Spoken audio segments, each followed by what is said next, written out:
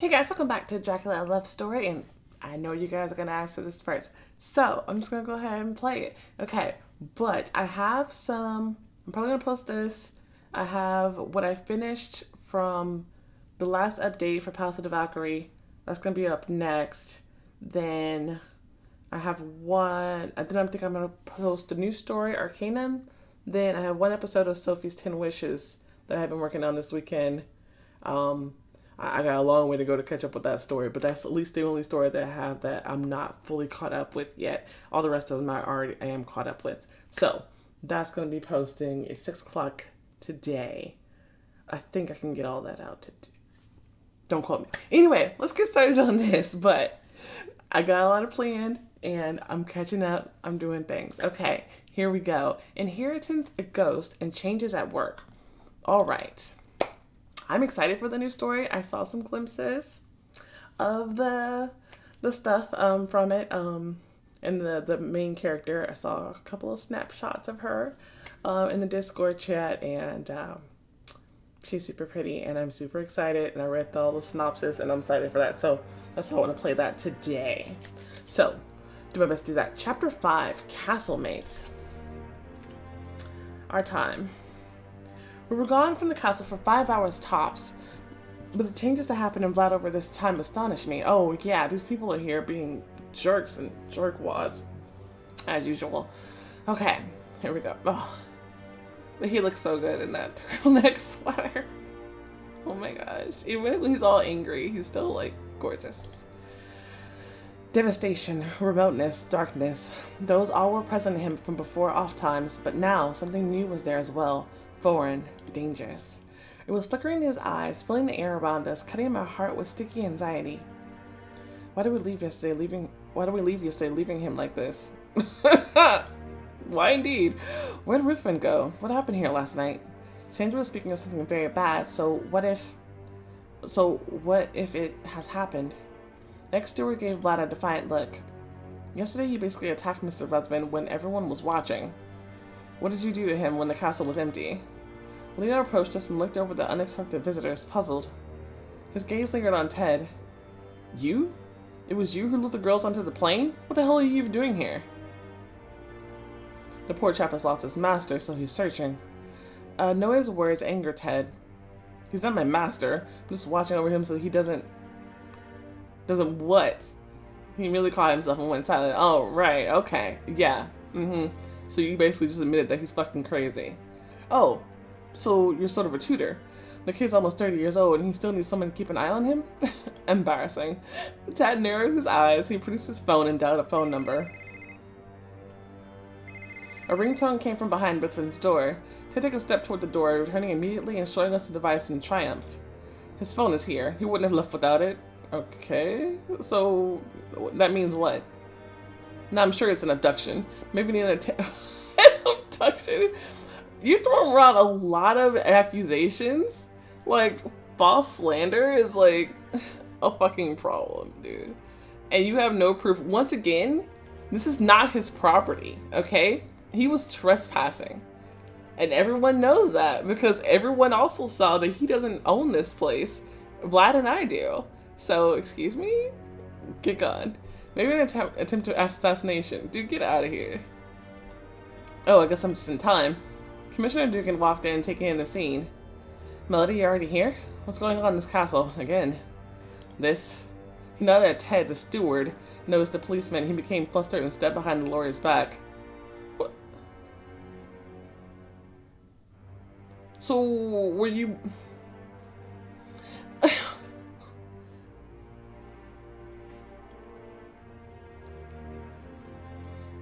So you're afraid of the police getting involved, and yet you're throwing around accusations as if you're gonna sue us if we don't give you information? This young man is assuring us Mr. Ruthven was abducted. Interesting. Tell me more. I looked and Ted stepped forward and told him about everything, then gave Vlad a side glance. Considering yesterday's incident, I suspect I couldn't help but interrupt him. Leave the suspicions to the police. You shouldn't be so quick with your suspicions. Suspicions need a reason. I'm flying. I don't know what to say here. Okay. You know what? Let's just kind of go with our gut, okay? Let's just kind of go with it. We should be fine, even if we have to start over. It's fine. I'm kind of feeling kind of snappy. Let's leave the decision to the police. Is that bravery? Yeah, I like that. Don't take too much upon yourself. It's not even clear yet if he's actually missing. He just scrunched up his face, not saying anything. Yeah, it's like it is too early to say that he's missing even at all. Like, I think they require at least like a day or so, like maybe a day and a half, and it's only been a few hours that he's supposedly been missing because it's just the morning after. So it's like you don't even know that he's missing. So why would you just assume that because he's not answering your calls and he left his phone behind? Okay. Melody is right. It's too early for suspicions. Mr. Ruthven could have simply gone away to run his errands, forgot about his meeting, or changed his mind. I've heard that's like him. And there's word he sometimes go too hard on liquor. So hard that once he ended up in a different state in the morning. What if it's the same this time? Ted wanted to argue, but apparently couldn't find the words. And we can't forget that people have gone missing in the castle before, only to return later. So yes, we need to figure out what happened first. Okay, now that's creepy. The commissioner turned to us, rubbed his bloodshot eyes wearily. Mr. Dugan, have you even slept? I couldn't wrap things up here by 3 a.m. and then I went to work and then it was morning. But so he hasn't even been gone for like, what time in the morning is it? Like 7, maybe 8? He hasn't even been missing but 5 hours. It's not even a half a day. I thought they wrapped up at like, 9 o'clock at night or something. They were here till 3 in the morning? Oh my god. I decided to come here again and look around as if I knew. The commissioner spoke to Vlad and Noe. So, when you signed the papers, everyone left and you stayed here, correct? I went on business right after you left and I've only come back recently. So Mr. Vlad and Justin were also here, including Ruthven. As if on cue, Justin walked in, Dugan waved at him. The guy came closer and greeted us composedly.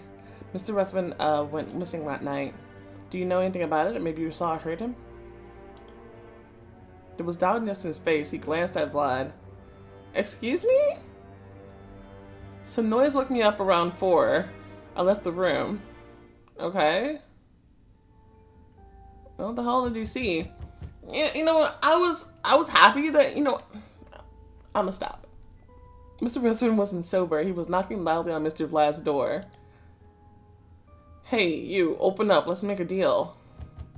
How much do you want me to pay you to give the castle back? I want you out. I'll give you however much you want. I can afford it. He took a sip right from the bottle and sat on the floor, leaning against the door. Oh, right. You don't want money. You can throw it around, too. What a generous philanthropist. Do you want to be one as well? For real? I can restore everything here and make the museum out of it. He shook his head in dismay.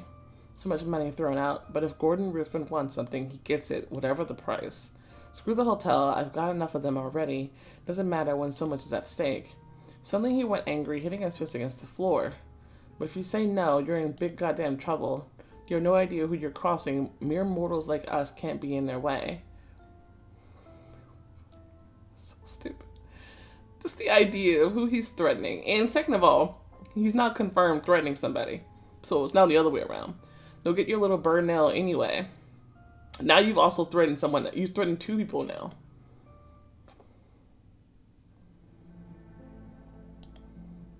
Yosta fell silent sheepishly. I looked at everyone alarmed.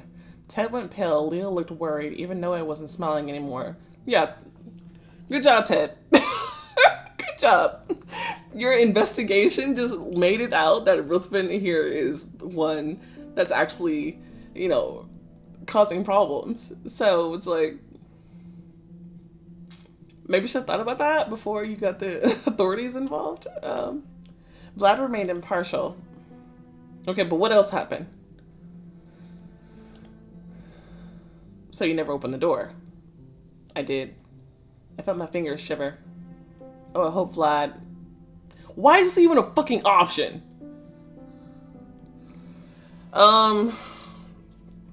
Let's just hope that he didn't rise to it. Oh, but is this bravery or luck?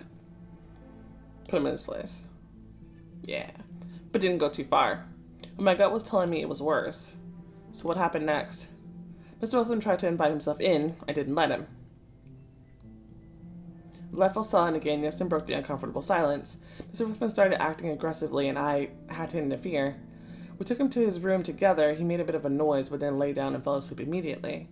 Mr. Vlad and I returned to our rooms, and I didn't see or hear anything else until the morning. Okay. And you? Neither did I. I felt like breathing a sigh of relief, but I couldn't. My anxiety wouldn't let me go. All right. I'll go call my guys again and inspect his room. Feel free to get back to your day for now. Thank you. He still looks aggro. Like, he's so mad. Vlad turned around and walked to his room without even glancing at me. No one hurried to catch up to him, and I was watching after them, unsure of what to do next. Just give him some space for now, please. Until you kind of get your mind right, just give him some space for now. I really want to talk with Vlad and see what's going on with him. But yeah, if you're gonna go in there unsure and questioning whether he did something wrong again, then just stay away from him for now, please, because he really don't need all that. But I had no idea how to get near him now.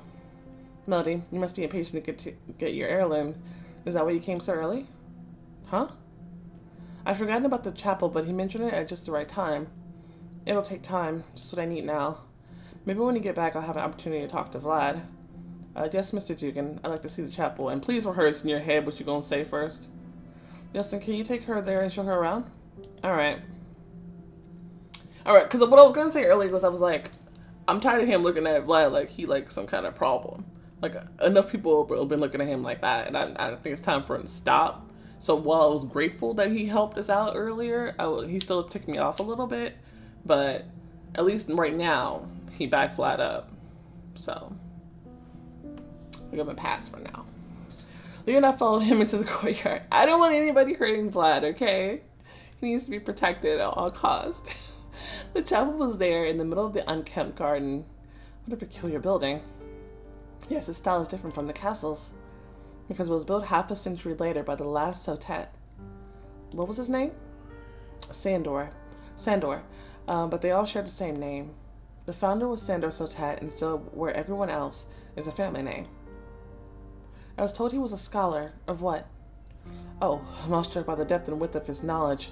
Literature, geography, exact sciences. His archive is massive. But what's especially astonishing is his knowledge of Oriental cultures. I wish, however, that the Baron had published his works. Unfortunately, for some reason, he didn't. Oh. Well, shall we? Alright, fam. The entrance was littered with pieces of rotten planks and some timber. Leo offered me his hand, helping me inside. Be careful. Don't scratch yourself in here. When we made it through, I finally raised my head and looked around.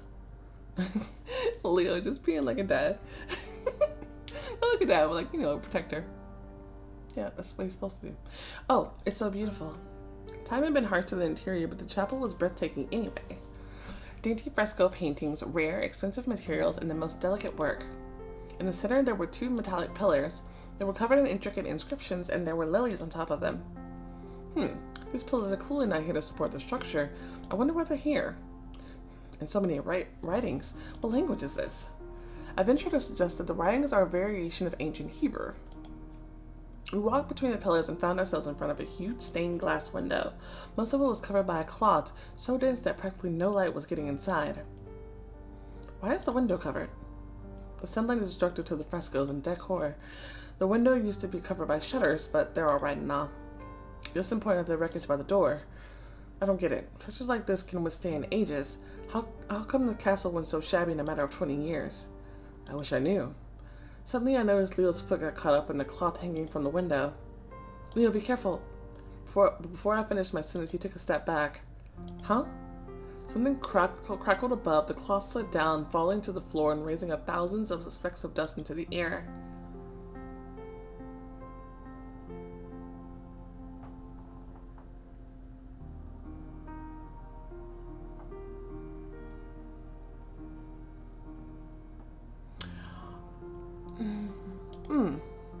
I covered my eyes with my hand when the light hit them. When I opened my face again, I froze in disbelief, and so did Leo. That's her, right? Like, I have the olive skin version, but if I had The light skinned version. What? Central stained window was depicting a girl. It was me.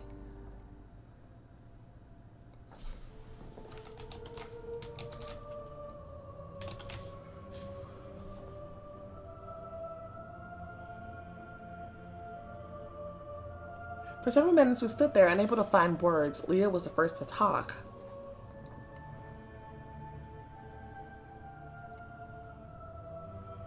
I wonder if she's been reincarnated more than once. The owner died when you were 4 years old. The chapel was built long before you were born.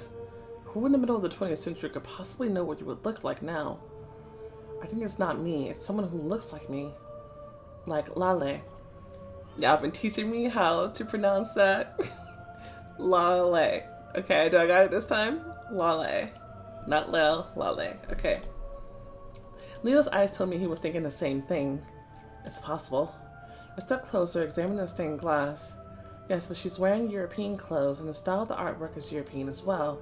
That's how they used to depict saints in the Middle Ages. I wanted to find the date of the stained glass creation, so I looked at the secret places where the artists would normally leave them. Soon I found something, but it wasn't a date. Leo, look! Ooh. There was a tiny inscription in English hidden between the folds of the girl's clothes. Where's that? Where's that? The one who got this shrine, wait for the golden hour. Then turn your back to the east and look at the west. Wait for the golden hour. When... At dawn? And look to the rising sun? Rise in the east, sets in the west. Oh, never mind.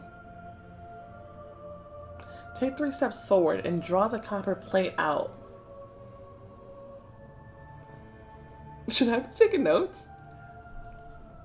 Draw the copper plate out. Refurbish it and you can begin your quest. Ooh, a quest? Hey. Oh. Daughter. All right. The one who got this shrine, so it's you? Did the castle want to leave the message to you? If you do what it says, we very well may figure out why he left the chapel to you. Yes, we have to try. So the first place is to wait for the golden hour. I know that expression. Photographers and cameramen call it a time when they can make the best shots. Because the sunlight is very soft and diffused then. And this time is... before the dawn, after the dawn. After the dawn. Okay. I thought it was something to do with the dawn. Because, you know, like when the sun is like coming out, then everything is like kind of glowy. And it can't be before the dawn because then the light won't be out yet. Good thing you knew it, Melody. The time is right now. We're lucky. Let's hurry then. What's next? Then turn your back to the east and look at the west. Take 3 steps forward and draw the copper plate out. Well, that one's easy. We can locate the compass point by the sun. In the morning, the sun rises in the east, sets in the west. It's in the window now. It means the east is here. I turned my back to the stained glass and took 3 steps forward. A ray of light from the window was falling right to my feet, shining on the tiles on the floor. There was something metallic glistening in an opening between them. That was the correct choice. Phew! I found it. Leo hurried to my side immediately and helped me fish the plate out. It was covered in dark green coating. The copper acidified over time. What did the hint say? Refurbish it? But how do you clean copper? Oh, please don't ask me that. Is that going to be a quick time? Should I look it up? Let's just try. I've never worked with it, but I've heard about a very unusual yet effective way. We need broth? Coffee? Coffee? No! I was on a roll. I should have looked it up. Are you sure? Coffee's brewed in copper. What doesn't make them cleaner? It's a wrong choice. Oh no. Oh crap, I didn't read that. I'm sorry. I missed that. That's all right. I remember something culinary, but don't remember what exactly. Broth, maybe? But where would we get ketchup? Oh, ketchup. Huh. I've got a couple of bags in my car. Kathy always takes it for her burgers and forgets it. I'll go get it. Wait for me. Sure, we'll be right here. Leo left and I approached the stained glass again. I wonder, do I need to get all of them correct?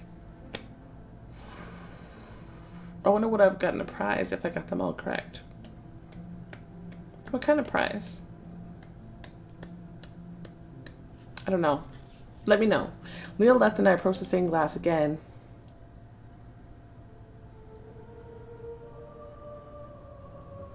What an amazing image. There's so much conveyed in it.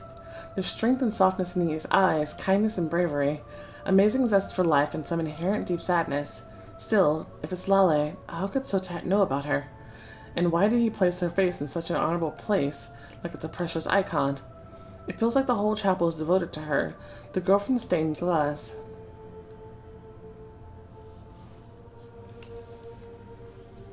Nestor was standing nearby so quietly I'd forgotten about him. He was looking at the portrait as well. You've seen it before, haven't you? That's why you were so surprised when you met me. He hesitated and said quietly, Yes. When I came here for the first time, I took a liking to the chapel right away. I wanted to see if it in full light, so I moved the cloth away and saw the image.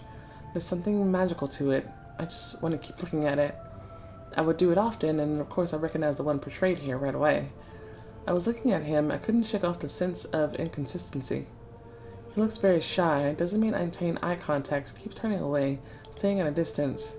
But regarding this, he speaks openly and even open-heartedly, even though we barely know each other. I'd like to ask him more questions. And I absolutely will. Where are you from? The Commissioner mentioned your Hungarian heritage.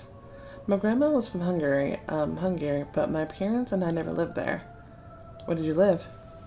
Many places. I moved around a lot. Does it have something to do with your profession? Are you a historian? A translator? Both, but not only. Until recently I was a library worker, until I got an offer to move here. Who asked you? Miss Elizabeth. More precisely, Mia Mackenzie by her recommendation. At first I couldn't figure out who he was talking about. Elizabeth? Ah, Erzi. That lovely fiancé of his. But it's a Hungarian name as well. Do you share roots? No roots connect us. Unlike me, she's an actual Hungarian, and she's been living in the USA fairly recently. How did you meet? At my previous job, Miss Elizabeth would come to us for books. She would seek my help quite often, and we started talking a lot. He smirked upon noticing my confusion. Can't picture her in the library, can you? Not exactly that, but still, she strikes me differently. Looks can be deceiving. They sure can. How do you find living in the castle? Aren't you scared about the ghost rumors? He smiled and looked at me in the eyes for the first time. I'm not afraid of ghosts, for sure. And I enjoyed living in the castle more than anywhere else. His voice became much warmer, and I got the nerve to ask him the question that worried me the most. Tell me, Justin, tonight when Ruthven tried to break into Vlad's room, what was his reaction? The young man looked away sharply. Why are you asking? I'm worried. Worried about him? His fixed gaze pierced me again. It was so unexpected of him that I even got embarrassed. Yes. Have you known him long? No, not at all, but... I see. It was clear to me back when he thanked me for saving you. I didn't expect that from him. Seemed to say the last phrase involuntarily. Justin caught himself and fell silent. Didn't expect what? Don't ask me, please. All I can say, if I were you, I wouldn't bond with Mr. Vlad. Okay. Then my opinion of you has gone away again. Goodbye. Could he have seen more last night than he's letting on? I panicked. Please tell me what really happened last night. There was sincere surprise on his face. So you think I lied to the commissioner? Well, out of the question, I always tell the truth. Always? Absolutely. You've learned new information. The front door creaked. Leo was back. I got it. Ketchup and tissues. He showed us several bright packages. Wonderful, let's try. We sat down on the parapet, squeezed the ketchup on the tissues, and started rubbing the copper plate. The coating was very old, coming off reluctantly, but soon we managed to clean the central part. We saw another inscription in English. An inscription. One day, you'll face the darkness and the man you ache for. The warmth of your touch only burns him like a brand. Your light will bring salvation. Jedediah help us all. Jedediah. Jachin's a vessel in the north. Bows can guide you in the southern land. Below there were 2 other lines in a smaller font. Trust the maiden wearing white. Agnes can point the way. I've already forgotten all the instructions. I'll be honest. I should take notes. Maybe, I don't know. Maiden wearing white. Okay, so it's telling me who to trust at least. Who's Agnes? Go forward, keep your light, don't let it go astray. I drew my breath excitedly. The maiden in darkness is flat, I'm sure. And it says my light be his salvation. But how? I have no idea what the rest means. I looked at Leo and listened in perplexity. Jedediah? Jachin? Boaz? Agnes? What does the rest mean? Agnes is a female name. Alas, I don't know anything about the other ones. I think we can get to the bottom of it if we do some research. Let's go. Don't forget the plate. We'll think about it later. I nodded and we left the chapel. This is where I leave you. Time to go to the archive and resume working. Lil nodded, but immediately turned back to the chapel. We didn't put the cover back on. The sun's going up. We need to go back. Then I'll help you first. I'll wait for you here. I want some fresh air. Yeah, that's smart. The man entered the chapel. I walked down the garden path slowly. The world was quiet. I think people were still popping firecrackers. Well, it is 4th of July today. I was surrounded by old, crooked trees and huge bushes resembling paws of monsters. They would look ominous at some other time, but the soft glow of the golden hour painted the garden full of mystery and very fairy tale-like. I noticed an old, half-destroyed alcove at the end of the path.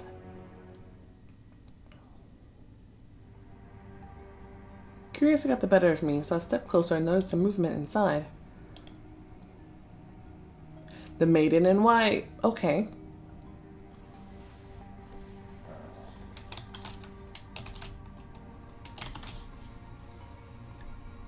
I don't remember. Is this the same girl that was tied up last the other time? The girl in white was standing in the alcove, almost blending into the wall. Her face looked even more tortured than last night by the sacrificial post. Okay, that was her. Her fragile shoulders were shivering. The words from the plate echoed through my mind. Trust the maiden wearing white. Agnes can point the way. I took a cautious step towards her. Is your name Agnes? She blinked in surprise and nodded timidly. I took another step, slowly offering her my hand. I'm Melody. Do you need help? Can you help me?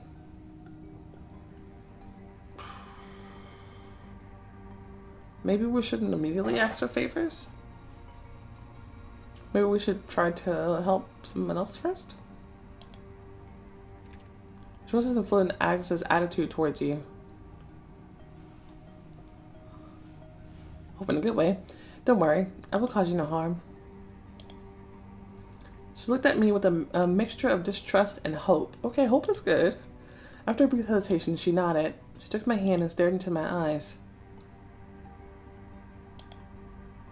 Her stare made my head spin. I felt wrapped in a strange haze. Okay, is this her showing me the way?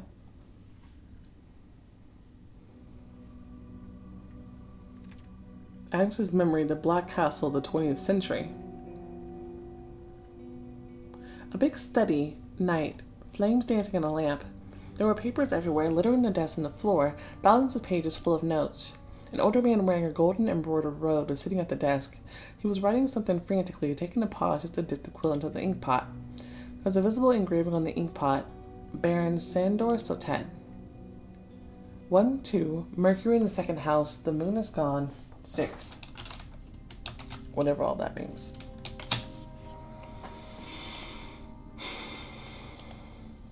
Agnes stood by his feet on a small bench, rubbing thick ointment into his naked knee carefully. The Baron was engrossed in his calculations while she looked at him with tenderness and awe. But suddenly he raises his hands, the quill falls to the floor. The man freezes and stares blankly at the papers in front of him. Agnes, I think I... She springs to her feet and leans next to him over the manuscripts. What? It all came together, Agnes. I did it. The Baron got up, took his head in his hands, and started pacing around the study. Each step made him bend his knee in pain, but he doesn't seem to mind. So many years of hard labor. Finally, I've deciphered and put together all parts of the manuscript. I can't believe a part of Jedediah's knowledge is revealed to me. All that's left is to employ it. He turned to the girl and grabbed her shoulders in excitement. Oh, I've waited for so long. You know how happy I am, Agnes. I do, Armin. I've always known you can do it. She smiles with this deep sadness in her eyes. The Baron doesn't see it. He's learning over the papers again, rereading the long combination of words, enchanted. Agnes turns away and wipes off her silent tears furtively.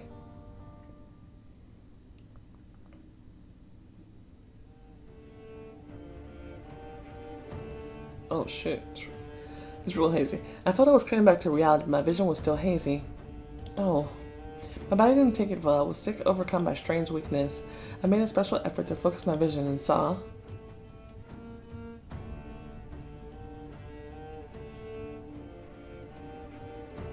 Okay. Let's see how you respond to this.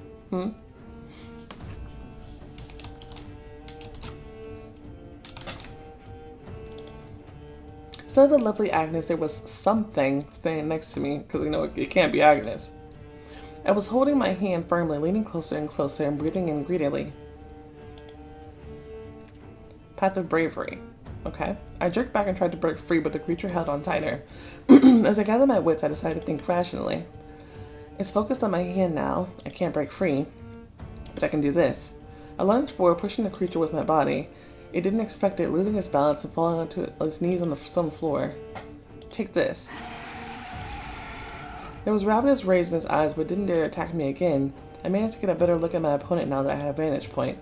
My surprise was immense as I noticed only an aggression but the already familiar exhaustion in its eyes. It was hard to believe it, and still... Agnes, is that you? The creature froze, its features contorted by the expression of guilt. What's going on with you? Why did you want to attack me? Her shoulders shivered, she covered her face with her hands, and I heard sobs. It was so sad I felt sorry for her, and then it hit me. You didn't do it voluntarily. You're in pain. She nodded without taking her palms off her face. Look, I want to help you. Just tell me how. I tried to come closer, but the creature recoiled and rose to his feet sharply, and then disappeared, practically being swallowed into the alcove wall. Oh. I heard footsteps approaching. Melody? Why did you go away from the chapel? You shouldn't wander here alone. You really shouldn't. I turned around and Leo frowned upon seeing my face. What happened? Well, I was talking to a ghost girl here. Uh-huh. And I need to catch a breath, but it's alright, I got it. We're fine? You got it? Melody, look at yourself, you're shaking. I sat on the bench and told him everything. He listened to me closely, thinking it over. I've got a lot of questions, but here's what's especially puzzling. The inkpot said Sandor Sotet, and as we know, all the owners of the castle had this name. But she called him Armin. Yes, strange indeed. What if it wasn't the master?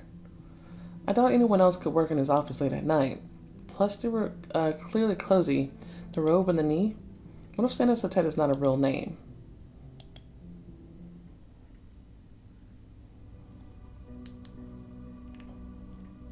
When Leo and I returned to the hall, we found no one but Mr. Dugan and a couple of policemen. They just arrived, and the commissioner was explaining their tasks to them. Oh, Melody, what did you think of the chapel? Was it impressive? Impressive indeed. Have you found anything? I've inspected his room, no trace of violence or a fight, everything is in place. I called his family and they called their friends, but no one knows anything. But the specialists here are going to examine everything again. By the way, Melody, I got a call from Mayor McKenzie. He told me he'd come here by 9 to settle the inheritance matters with you. It's uncomfortable, I know. You'll have to wait for another hour and a half. My phone rang, it was my mom. Hi, sweetie, where are you? I got your message about sleeping at Kathy's. But I called them in the morning and the girl said you had left. If I called you about sleeping somewhere, why did you call them first instead of calling me to see where I was? I had business to attend to. I'm at the western outskirts now. Oh, that's so far away. Why don't we meet at my Margot's then? We're equally away from her now. We're gonna have breakfast there and catch up. What do you think? I agreed. Wonderful. Talk to your mother and come back here by 9. I'll drive you. Thanks, Leo. Margaret was an old friend of my mom. On the ground floor of her house, she had a tiny cafe, and the first floor was occupied by her tailor shop. Tailor shop, problem getting new clothes. Neither establishment needed any advertisement. People had been clients for years. When Leo and I walked in, Mom was there already. Good morning, Mom. Meet Leo, Kathy's older brother and our friend. Nice to meet you, Mrs. Burnell. Call me Annie. Likewise, I've heard a lot about you from the girls. You're their hero. Thanks. Well, I should leave you to it. I got business to attend to nearby. I'll come pick you up later, Melody. Leo left and Mom smiled after him. Sweet young man. And that golden hair. Leo said you didn't know him before, so that you met him in Romania. So funny. Yes? The owner walked out to greet us and immediately wrapped us in a hug. Oh, Annie, I haven't seen you for so long. You never leave your ranch. I have to keep an eye on everything while Gregory is working on his project in Chile. Basically, I've come here just to see my daughter, and I have to be back by noon. Can't leave the household unattended. God save the king. While you're cooking your order, let's go. I want you to pick your presents. Presents? I got a new fashion collection I want to give outfit to both of you. I won't take no for an answer. But I still gotta pay for them. It wasn't an easy choice. I'd always loved Margot's creations. Alright, not bad. Style, mood, playfulness, easiness. No. We'll go with this one, plus it matches my necklace. What a doll you are, Melody. Everything fits you just right. Why don't we set your hair while we're at it? Didn't really want to, but okay. I guess that still matches.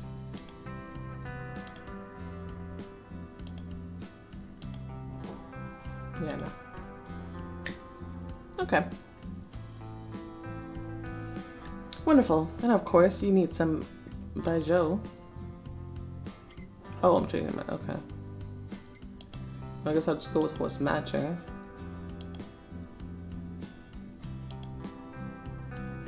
Okay. I'll just sit. My mom picked an outfit for herself as well, but she didn't feel like changing. We thanked Margot and returned to our booth. Our order was ready just in time. What we got? She's wonderful. You've been friends since college, right? Yeah, it was a good time. So many plans and dreams, and Margot achieved all of hers. And you? So did I, but differently. I can never see why you abandoned math. It was also going so well, your institute, the research. How come you and Dad left everything behind and went to live on the ranch? A shadow flickered in Mom's face. She took a sip of coffee. I don't regret anything. I've grown to like the ranch now, too. That's not an answer. Same with the City Hall Council. What was so important to make the mayor come pick you up from the airport at night? It wasn't in the City Hall. It was at Black Castle. His owner left me a chapel as inheritance. My mom went so pale I got scared. She put her cup down with shaking hands. The Black Castle? Yeah, by the way, I wanted to ask you, were the Sotes our relatives or something? No relation. Tell me everything. I told Mom about the events at the castle, leaving out, of course, the dangerous and the mystical parts. But she looked scared and shaken anyway. Suddenly she frowned. Wait, what's Leo's last name? Millie mentioned it once. Hold on. Kathy Nolan, so Leo was a Nolan as well. Mom got up slowly, shaking with her entire body now. Mom, what's going on? Can you explain? Excuse me, I need some fresh air. I'll go over there to the balcony. Just sit here, it's okay. If you don't sneak over there and go listen in on her conversation. Her voice was threatening and begging at the same time. I had to sit down before I even fully got up. Clearly knows something about the castle and Sotet. What does Leo have to do with it? She doesn't want to tell me, and I know there's no point in grilling her with questions. So sneak over, listen in on our conversation. I got up and peeked at the balcony. Mom was dialing someone's number nervously. Yeah, absolutely. I approached the door and listened closely. Yes, she's here, and yes, she told me. John, I can't believe you took her there personally. She's speaking to Mr. Dugan. Sure, I'd rather have you be by her side than her going in alone, but how did you let it happen? How come you didn't tell me? Of course I would panic. This will be better off destroyed. I know you're a man of honor, but for my girl's safety. And this guy has entered her life at this moment? You think it's a coincidence? What guy? Leo Nolan. You didn't get it, but I did right away. Yes, it's the ginger boy that was there in the chapel then. She fell silent, listening to the other side of the line, but Dugan's argument clearly didn't calm her down. I'll remind you, some weirdo who spent a couple of decades at his castle without even going out of it. Abducted my 4-year-old daughter and took her to his lair, and we both know how that ended. Yes, he's been dead for years, and yes, she wasn't harmed, but I don't want her to be harmed now. Conversation continued. Mom's anger subsided, slowly becoming sadness. Back then, Gregory and I took her away, hiding her from everyone, but she's grown up now. I can't and I won't make her do anything. No, John, I can't tell her. You have to promise me you won't either. Just be there for her as you were back then. Why wouldn't you tell me? Like, I'm an adult now. Like, this is important information. If you think that something is threatening me, then you need to let me know. Having someone supposedly just be there to, whatever. Like, I can understand you protecting your child or whatever, not mentioning that she's a grown-ass woman now. I need some information that she needs to know because, she done went and signed off on this castle. That might be information she wants to know before she got involved with this whole situation. And I'm getting further and further involved in the situation, and this is information that I could use if I'm going to be getting involved with it anyway. Like, so I don't agree with this. I understand where she's coming from, of course, but I think I don't like when people do that. They go so far to protect people that they don't give them the information that they need to survive. It's like what happened in the Raise of the Titans. Like, she's getting involved in a situation either way. There's no point of you not telling her how to protect herself. She needs to know what to look for.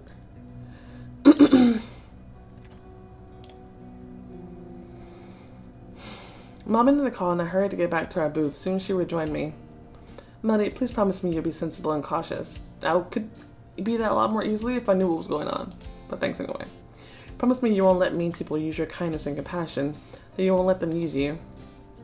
Why are you telling me this, Mom? She hugged me. Because I really love you and I believe you can handle anything. Soon she called a taxi and Leo came to pick me up. We said our goodbyes and went... And that's a lie! So, like... And now you're a liar, because if you believe I could handle anything, then you would tell me the truth. Soon she called a taxi and Leo came to pick me up, and we said our goodbyes and went back to the castle. Questionable judgment there. Very questionable judgment. So I guess the apple doesn't try to fall from the tree, because Leia has some questionable judgment as well. When we arrived, the commissioner was outside. His team was collecting their equipment, preparing to leave. Mr. Dugan looked at me with tension and sadness in his eyes, but he didn't mention my mom. Yeah. I don't blame him. Like, any news, Commissioner? Almost none, except for Dugan said something to a policeman. He brought a sealed plastic bag. Here, we found it in Ruthven's room in the trash can. Inside there was a cut bandage with traces of dry blood. The forensic test will be more accurate, but I'm sure this blood was spilled about 8 or 9 hours ago. Leo into the bag, examining the contents. There's not that much blood, judging from the width of the bandage. It was applied above the wrist. What does it say? That Mr. Ruthven must have wounded his arm around midnight yesterday. Sure, we still need to prove that it's his bandage and his blood, but we'll conduct the analysis to know for sure. Something I remember to have seen from last night and almost gasped. Before Bly lost his temper and attacked Ruthven, he was holding his hand. He was staring at it and breathing in forcefully. What if he sensed blood? That wound on Ruthven's arm, invisible under his clothes. Meanwhile, the commissioners just bid goodbye to us, but the moment they left, the mayor, accompanied by 2 men, showed up. Good morning, Miss Burnell. Time to tackle your inheritance.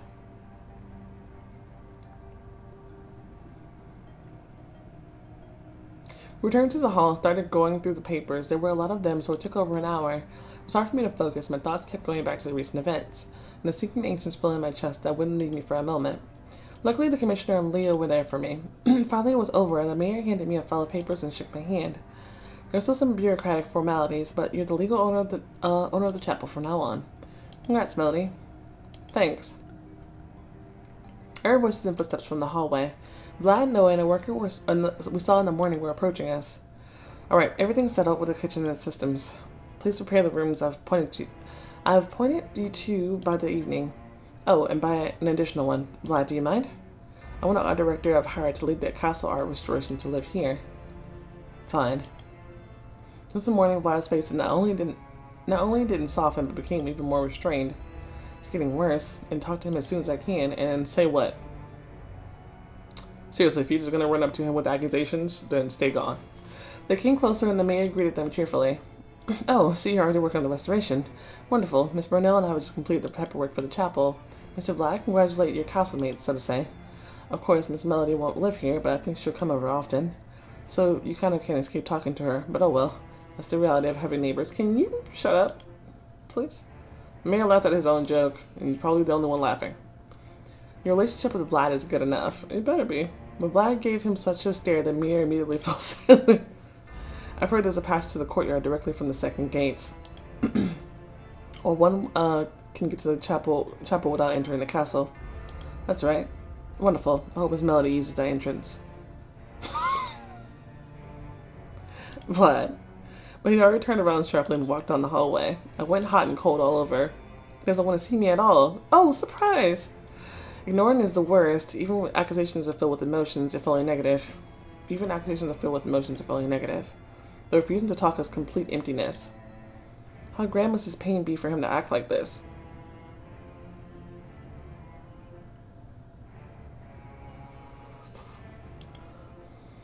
I felt a pang of fear. What if it's actually the end? What if I can't ever fix our relationship? Well, that's on you. I immediately protested against this thought. What the hell? Why is this nightmare happening to us? Also on you. How come both of us let it happen? No, not him. That's just you. I'm done. Right now, I'm...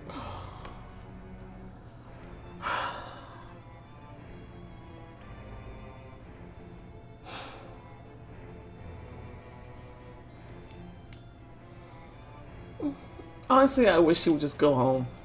I really do. Because she ain't got nothing good to say. I know she doesn't. Because if he scares her again, she's gonna run again. And I'm tired of playing this game. She just playing around, and she playing around with his emotions.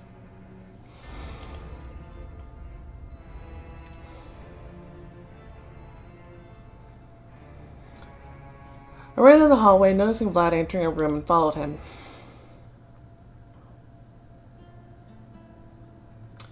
It was a light room resembling a study. Over the desk there was a copy of Gustav Klimt's The Kiss. Vlad was standing with his hand on some papers, but his frozen eyes were staring into the distance. Turned to the door as he heard me come in. For a moment something came loud in his eyes, but it sunk in viscous, impenetrable darkness immediately. He lowered his eyes and started going through the papers as though he was alone in the room. I was torn apart by emotions. I took an impulsive step forward and stood right in front of him, making him look at me again. Why are you doing this, Vlad? Why are you punishing me?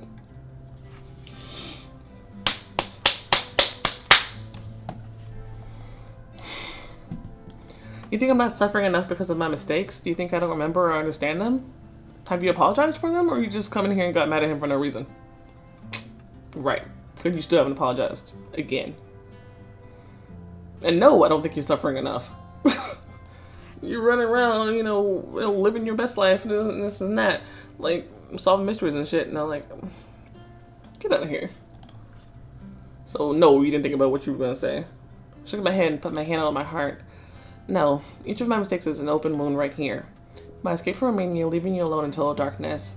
Each scared look hurting you, making you feel like a monster. My fears and weaknesses. And my inability to accept you as you are completely right away. They are here torturing me, not healing, choking me. Vlad remained silent. He was so close and yet so far away from me. In the morning light, I could see every line on his face, his forehead, eyelashes, lips. Each gleam of his eyes, so cold right now, but still dearest to me. My bones were aching because there was nothing more I wanted than holding him in my embrace. On the wall next to us, the painted man and a woman united their lips in a kiss. I knew the history of this painting well. The artist was in love with this woman for many years. He conveyed all his tenderness and passion for her in this painting, but this scene never happened in reality. Even though he saw her a lot and visited her house often, they could kiss only in his imagination.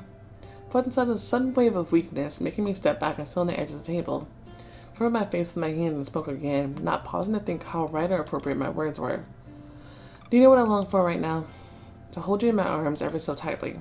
To press my body against yours and not let go, whatever you say or do. But I can't. I wasn't allowed to touch your skin, but it didn't really matter because I could touch your soul. And now I can't do anything. I heard rustling next to me, took my hands off my face and saw Vlad sitting right next to me. Do you hate me so much you don't even want to see me? No. I love you so much I can't bear to see you. It took me several seconds to register his words. I bit my trembling lip and tried to wrestle the hurricane of fire that was raging inside my soul.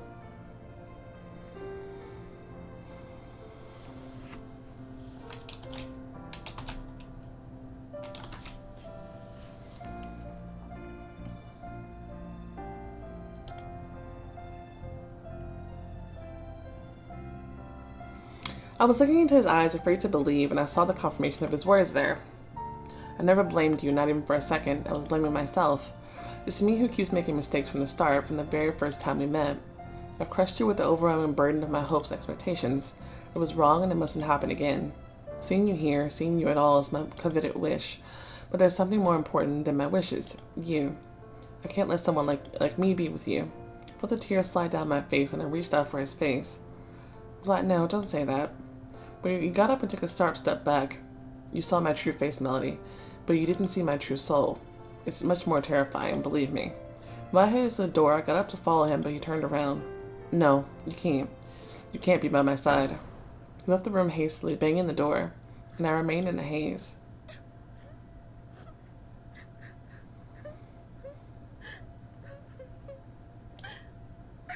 Now I didn't realize how much time had passed, but then the door opened. Noe entered the study. I looked at him through my tears. Come on in, Noe. You like to watch humans suffer, don't you? Feast your eyes. I'm the perfect specimen. He came closer, looking at my face. Suddenly he raised his hand and wiped a tear away from my cheek gently. Then he took my hand and squeezed it lightly. I know you don't feel like hearing or seeing anyone right now. You'd rather lie down and remain motionless for days. But Melody, now's not the time. We need to save him. These words made me shiver. Vlad? Yes, it's much worse than I thought. You must be here for him as much as you can. We need to house you at the castle. Desperate, I ran my fingers through my hair. That's impossible. Just tell me, will you do it? I will, but he won't let me. Of course he won't. Something tricksterish reflected in his face. Let's go. It's a pretty room.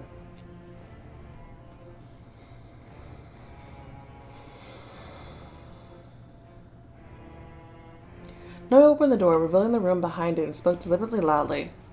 This is your room, Melody. Feel free to move in today. What? What? I turned around. Vlad was looking at Noah with confusion and almost hatred. What? What are you doing, Noah?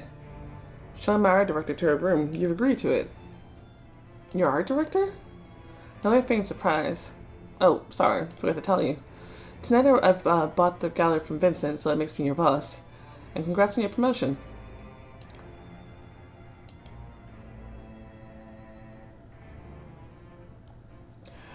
I guess 1 out of 4. Here's where we're standing on that. Okay. That was a beautiful scene.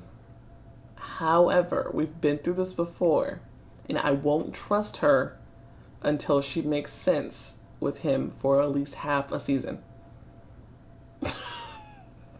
So I'm gonna need the whole back of this half of this season for her to really pull it together before I even let my hopes go up, because I fully expect for her to mess this up again. We have a foothold. I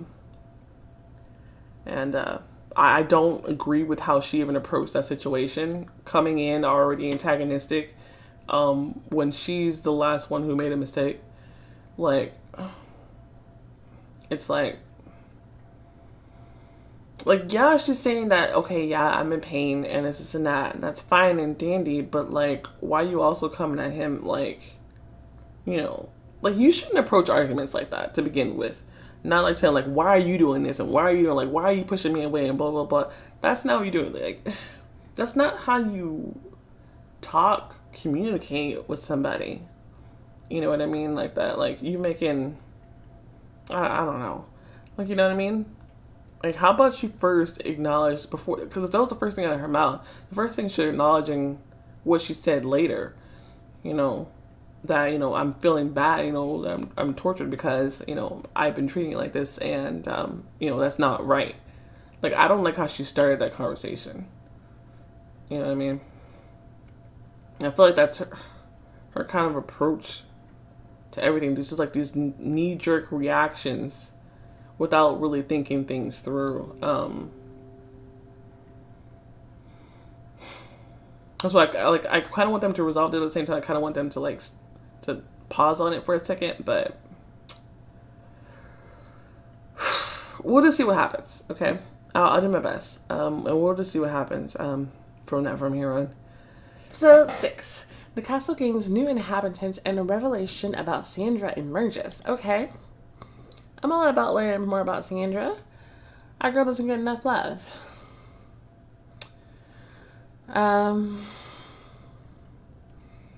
It's okay.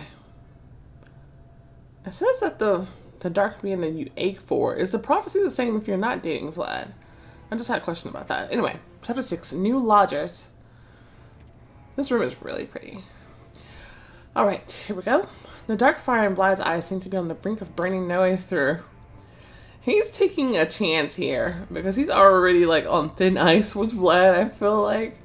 So he's really taking a chance that he must really think this is going to help. So that's really interesting. But Noe seems to ignore it, continuing in a good human voice. Are we a dream team?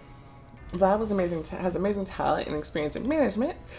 You, Melody, know art and research and process like no one else. And I've got my own gallery with the established connections and resources which will help us organize a museum. And we'll live here together in the same roof. I can't wait to see see our well-coordinated work.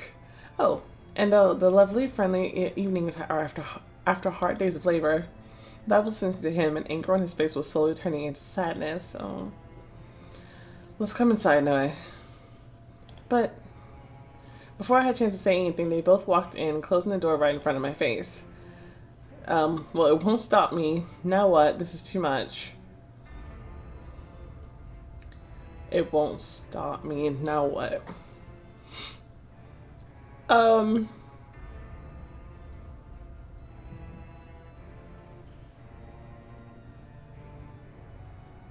don't know. I feel like this is a bravery choice, maybe? I don't know. I want to know what's going on there. Took the handle and pressed on it with bated breath. The door cracked open, luckily, without making a sound. I saw the men through the crack. Vlad's voice wasn't angry anymore, and Noe stopped playing the fool. It was a quiet, open conversation between two old friends who knew each other very well. Can you do without your tricks, Noe? I'm so surprised if you've known me for the first century. Yeah, should have expected something like this. There must be a balance in this world. Being honest about everything and making only correct actions is too difficult. Sometimes someone like you needs someone like me to make things simpler. I've already made her live by my side once. It didn't make anything simpler. Let her go, Noe. Don't make her live here. I didn't. Melody agreed to it herself. Herself? Surprising, isn't it? You tried so hard, scared her yesterday, were rude to her today. But even after that, she followed you. She tried to talk to you and reach your heart. Vlad clenched his fist and turned to the wall. It was unbearable. Her eyes so close, her voice shaking with tears, and a word so touching, so sincere, piercing me deeper than a sword. I couldn't contain myself, and I also told her something I wasn't supposed to. I've made it worse. I've made it more painful. So maybe stop keeping this distance between you? You're so sure she can't accept you. I was sure of it even more. But it looks like her actions suggest otherwise. Vlad turned around sharply. No, Noe. She doesn't know who she's dealing with.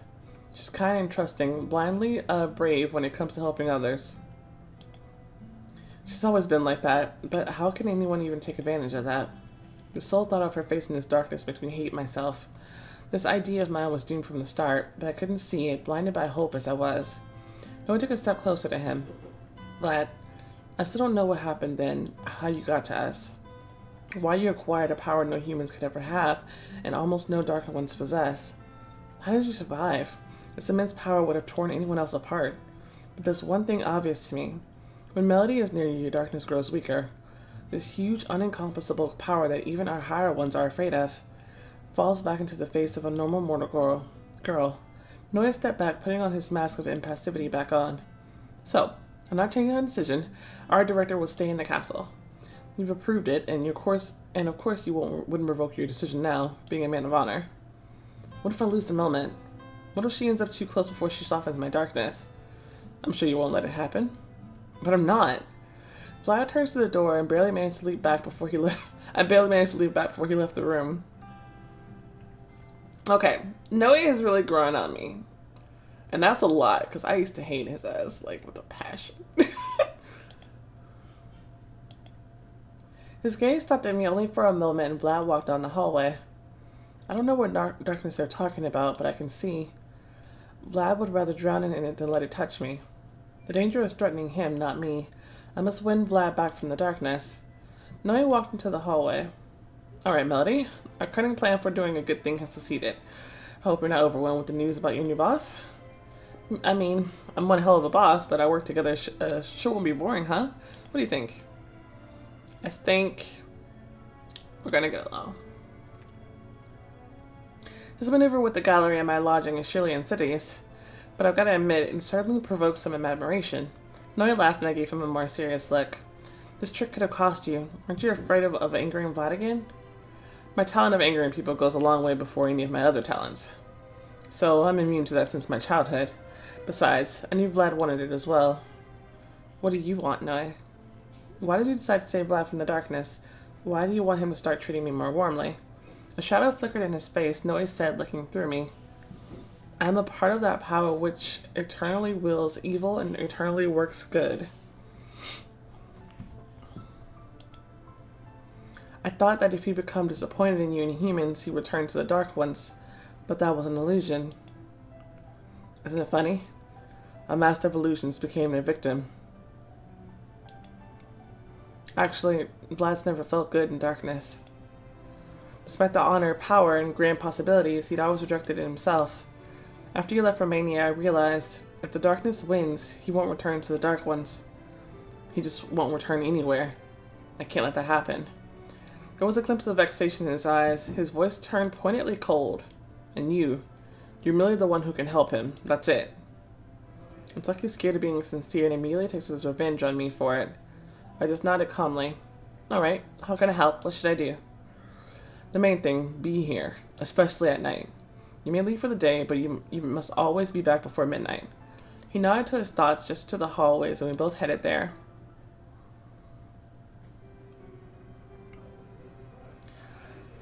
Okay, we got a plan. I'm not getting my hopes up. I'm just gonna wait. Okay, we're just gonna keep reading and see what happens. It turned out that the mayor, the advisors, and the commissioner had already left. There were only Vlad and Leo in the hall, talking about something, but as they heard us approaching, they turned around. Melanie, is it true? Have you decided to stay at the castle? Yeah, you want to stay too? Yes, The door leading outside opened and we saw Sandra. She was dragging her suitcase behind her, looking very embarrassed. Oh yeah, you can stay too. Hey. Sandra, are you feeling better yet? Why didn't you give me a call? I'd have come pick... No thanks, Vlad, may I please stay with you at the castle? She added in a guilty voice. Leo, don't get me wrong, I loved your house, but I just have to be here. Vlad gave her a pensive and attentive look. Of course, Sandra. Feel free to stay here for as long as you like. Thank you. I should give the order to have another room prepared then, right? Please, no, I make it 2. 2? Alright. Leo, why don't we continue our conversation at the study? Fine. They left and Noah butted in between me and Sandra, touching our shoulders. I'll be preparing your rooms, ladies. Hold on, I'll show you to the terrace and offer you some coffee. Coffee? Well, tea if you prefer. I do. Now we have both at our castle and many things more. The terrace was rather small and secluded, positioned right next to the garden of the inner yard. A girl wearing a uniform walked to us, bowing happily. Welcome. I love your hair. It's Miriam, our helper around the castle. Feel free to ask her for anything. The girl fixed her neck ribbon and smiled. Oh, I love her little bow. That's cute. I'll be glad to help. Noe left and Miriam brought us beverages. She left us a handbell in case we need her help and retreated politely. I moved a chair closer, taking Sandra by her hand. Her condition was worrying me. How are you doing? I wasn't calling you on purpose. I thought you'd get some sleep. I tried, but to no avail. Back in Romania, before we even got here, I started feeling strange. I got this foreboding or something bad. And it gotten so overwhelming after the attack that I couldn't think about anything else. It's like something was chasing me here to the castle, to all of you, and I came. Now I'm here, and I feel much calmer. Sandra, this attack. Do you think you have the same gift as Alinka? You're distant relatives, but relatives nonetheless. It does look like the gift. But Alinka told me it's been there since birth, and it always reveals itself in early childhood, and I've never experienced anything like this. Oh, if it's a gift, I don't know what I'll do. I'm just a normal person. Sandra, whatever it is, we'll be here for you. I'm sure you'll pull through. You'll be the same to me. No, we'll be here for you. Leo, Vlad, and I will support you no matter what. You won't have to face it alone. I gave her a warm hug. Oh, thank you. Suddenly we heard some rustling and wobbling above us, and as if someone was jumping on the green canopy above us. Did you hear that? Yes. Something slid between the leaves and fell to our feet, rolling across the floor. Sandra rushed out, and I leaned in to see the object. It was a vial with some liquid inside with a scroll of paper tied to it. Melody, come here. I joined Sandra and looked up. A furry black face was staring back at us from the canopy. Did she come? Hi! Yay! Was it Nosferatu? We'll be so glad to see her. Hello, sweetheart. She looks just like the cat from Vlad's castle. Girl, don't kid yourself. That is her. I can tell by her little eyes. It's her. I had no doubts. I recognized her bright eyes and an unusual expression in them. But how? Sandra, it's not just a cat. Do you remember I told you about her turning into... Yes, but Romania is thousands of miles away. Looks like she doesn't view distance as an issue. The cat turned around, leapt, and disappeared in the leaves. Yeah, because she turned into the little girl. I think she brought it. Shall we? I showed the vial to Sandra and we untied the scroll. It's Alinka's handwriting, but it's addressed to you.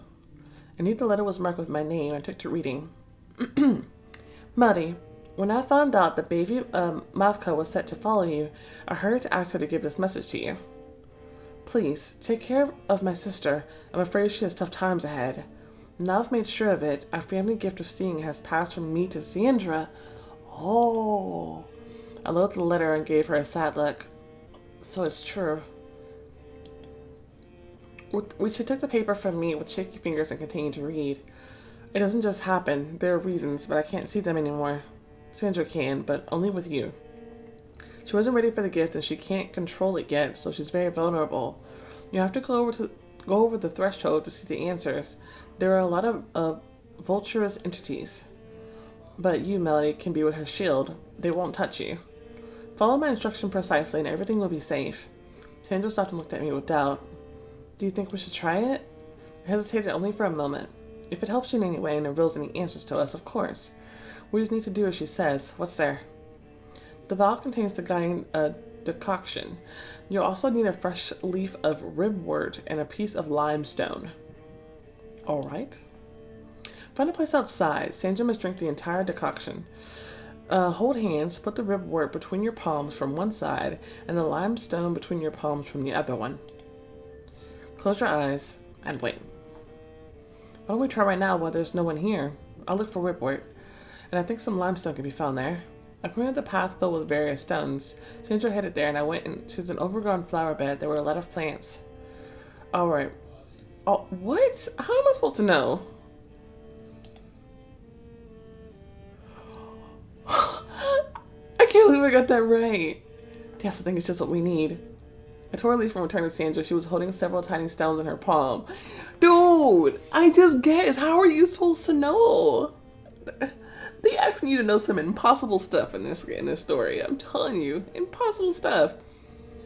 Last episode was really hard.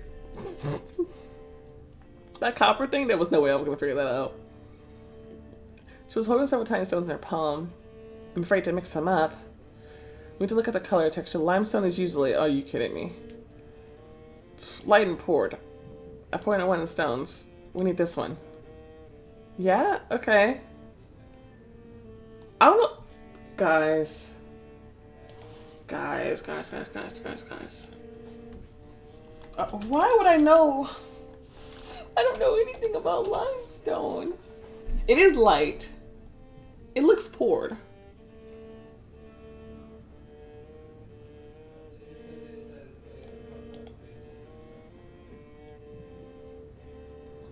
I think I got that right. So I was trying to remember limestone in my mind. It is light. I got that much. I can't remember what the other options were. I think one option said it was dark though. So we can rule that one out. I just don't remember what the other one said. I'm gonna think I got that right. I think it would tell me if I didn't. Return to the table and sit opposite of each other. Oh no, they're gonna ask me to remember stuff. Oh no. Are you ready? No? My heart started beating faster with agitation, but I nodded firmly. Okay, wait, what did they tell us to do? Sit and have one in one hand and one in the other hand and put our palms together and wait? She opened the vial and drank the contents, screwing up her face. Ugh. And she opened her palms in front of me. I put the leaf in one of her palms and the stone on the other. I took her hand and squeezed them. We both shut our eyes. My consciousness suddenly became soft and flowy. A feeling moved down to our connected hands slowly, then up Sandra's body. We weren't separate identities anymore. We morphed into a united consciousness. And this consciousness went somewhere. Okay. So many quick time. Timelessness somewhere over the threshold. What is the threshold? I guess the space in between our reality and the magical world? Yikes. Let me take a real hot pause for a second. Okay, just checking on the baby. We saw a weird space without any up or down or borders at all. Everything was laced with thin, glowy threads. They were moving, reaching for each other, tying into ties and falling apart. Also, if you hear like pops in the background, they're celebrating and popping fireworks right now. Sorry. My husband's also in the room yapping away. You might hear the baby go off, so lots of stuff going around. It's fine. One of the threads went down and we were pulled after it. Where are we?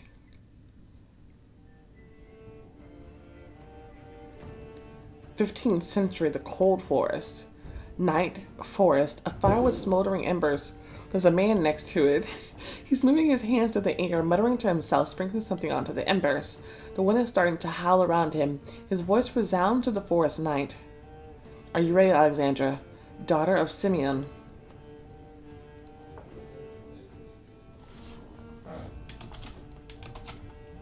It's Sandra. She's reincarnated as well? I am Mother. A girl appeared from the darkness. She steps onto the smoldering embers with her bare feet and stands still. The man keeps muttering and moving as if in a trance. The girl clenches her fist but stands still, squaring her shoulders proudly. A thin thread of light falls from the black sky and enters the girl, making her body light up from inside.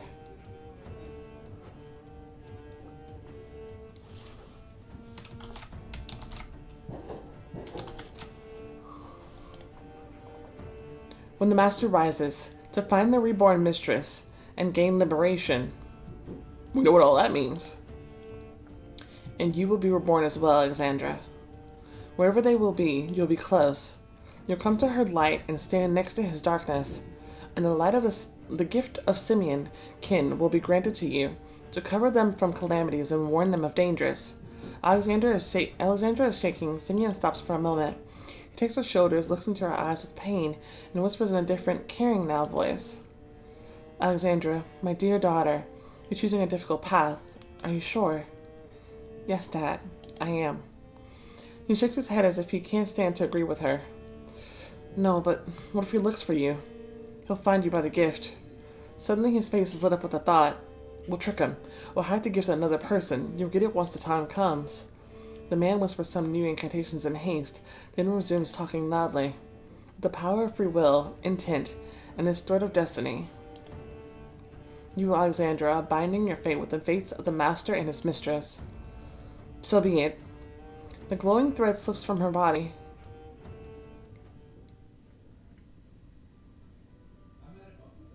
So she has to be with me in blood. She's like compelled to be. And returns to where I came from. Other threads meet her here. They're dancing and glowing, as if drawing and writing down a new pattern of someone's destiny. But we're being pulled away again to a familiar place and event, but this time we're watching it from the outside. It's fireworks. The yard in front of the castle, 4 scared girls and 1 creature. Alinka, behind you. The monster leans in and spits out a big glowing lump similar to a fireball. No, sister! One of the girls grabs another, trying to push her away from the flying ball, but she doesn't make it. The fireball hits both girls and they fall to the ground. The yard lights up with a bright blaze, and now we can see a thin, shiny thread stretching to the skies from this blaze. The thread picks up a tiny, twinkling sparkle from one sister and places it to another. It happened in that moment. That makes sense. Timelessness, somewhere over the threshold. We were pulled up again, but there was no light or threads anymore. Just grim, cloudy emptiness and cold. You've chosen the wrong stone or a plant. You got where you weren't supposed to. Suddenly we saw silhouettes in front of us. I've lost some luck. They seemed to be made of the same darkness, almost imperceptible against them. We couldn't see them properly, and that was even scarier. I lost bravery too. There were more and more silhouettes moving towards us. They were whispering, beckoning, pulling us to them as I felt we were starting to split. The part of our consciousness that belonged to Sandra was growing weaker and slipping away from me. I couldn't hold her, couldn't save her. Despair was choking me. That's when I remember what Lincoln said about the shield. I gathered all of my will and focus and imagined myself to be a barrier. I stood firmly between Sandra and the silhouettes, not letting them reach her. Their energies were touching me, but jumping back in fear immediately. The shield was defective. Slowly, the unity of our consciousness resumed. We faded into the haze, and then we were pushed back into reality. Okay, but we done goofed. So, let's try that again with a little less veil. Okay, I'm gonna go look this up. Limestone is light and kind of porous looking, I think. So I think I got this about right. So I got some pictures of limestone up in front of me. Now, let's look up the other thing, which is ribwort.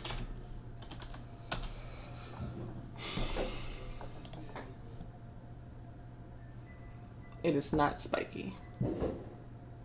I don't think. Wait. Ribwort plantain. Like the leaves are, it does look kind of spiky.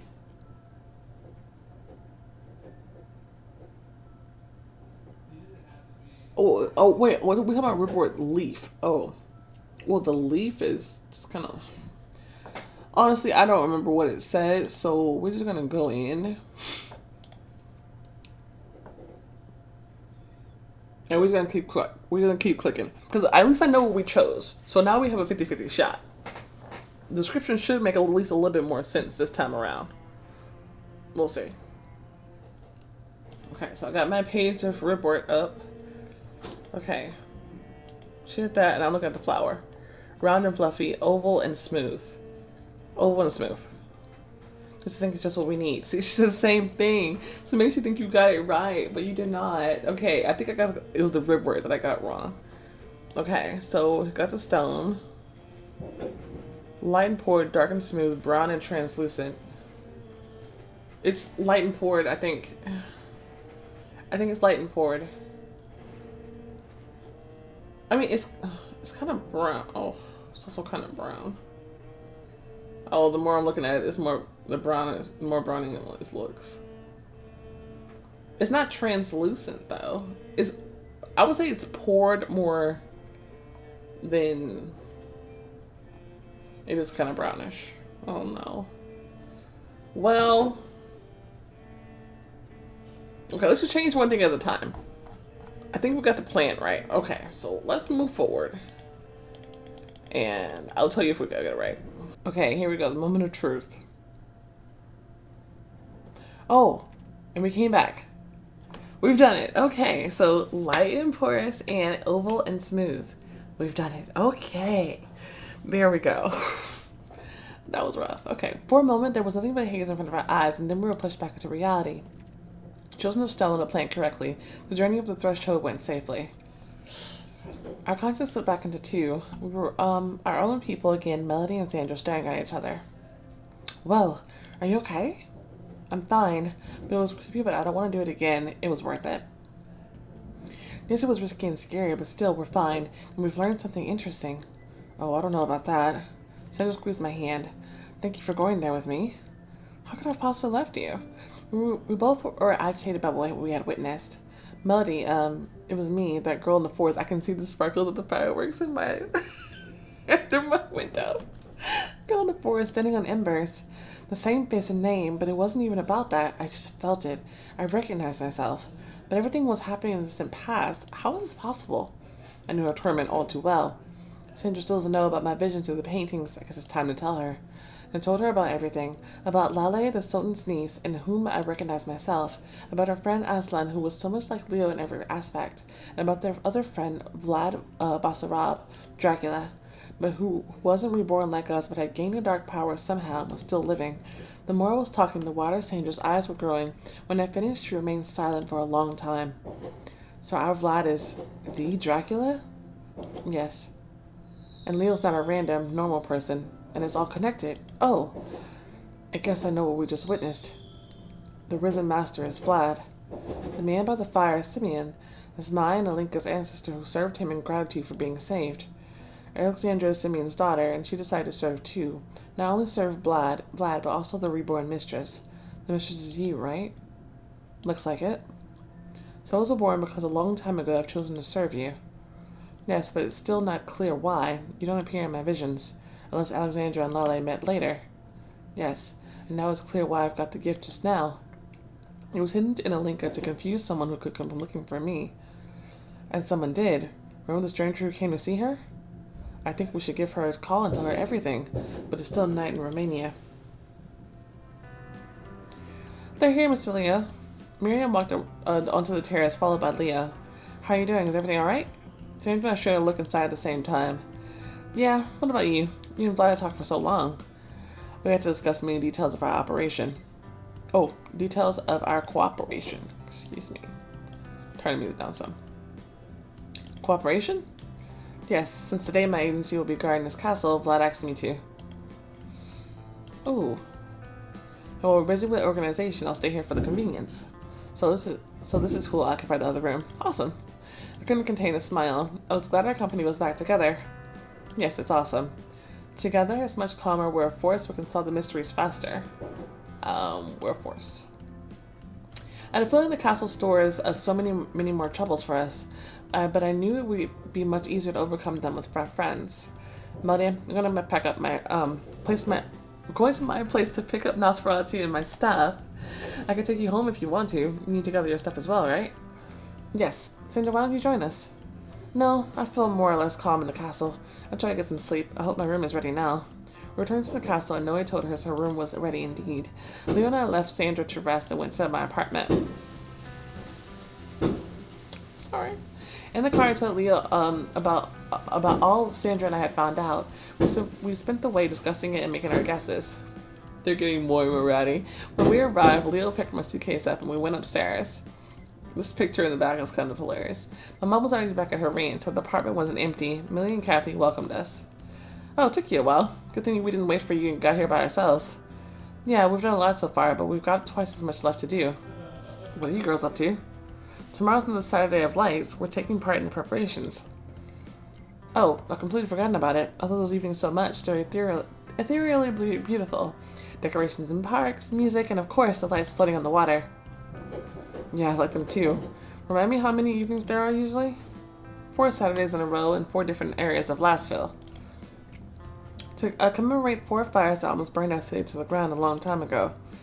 But it comes back from the ashes every time. Yeah, so everything culminates in the 5th Saturday of the Day of Revival, the main celebration of Lastville. Uh-oh.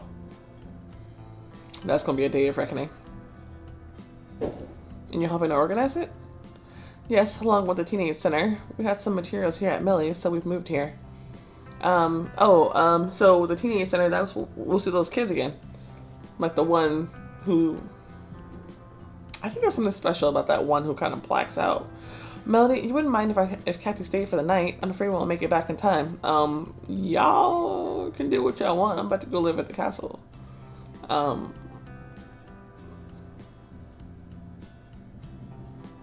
But like, I mean, y'all teenagers, I mean, y'all can stay here for the night. I mean, y'all do what y'all want. That's fine. As long as you go back home with your mom. Of course, stay here. Besides, I'll leave again by the evening. I won't interrupt you. Where are you going? To the Black Castle. I'll live there for some time. For real? Yeah, so will I. Whoa. The girls were so excited by the news they immediately started asking a million questions. I left Leo to deal with them and went to take a shower and change. Very pretty. Premiere. I like the other one better. Done. Also pretty. Let's put down this one. Yeah. I should set my hair, but I just set it. Divine. Premiere. Done.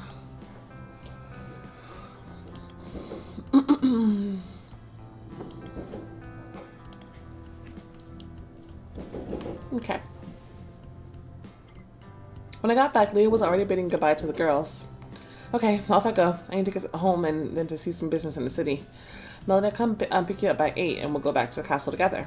Sounds good. Thanks. I'll have some time to get ready. We'll resume my preparations then. Yeah, we need to get it done. The girls left and Leo drove away. I repacked my suitcase after the vacation, gathering things for living at the castle. Spent the rest of the time attending to some small chores, thinking, and not doing anything, just what I needed after all that had happened. By 8 p.m., Leo came to pick me up, and as we agreed, we went back to the castle. Good. We need to make it there before midnight. Very important. I'm not sure why, but it's important. The castle greeted us with emptiness and silence. The lights in Sandra's room were out, so we assumed she was resting and didn't bother her. Leo helped me carry my suitcase into my room and left for his.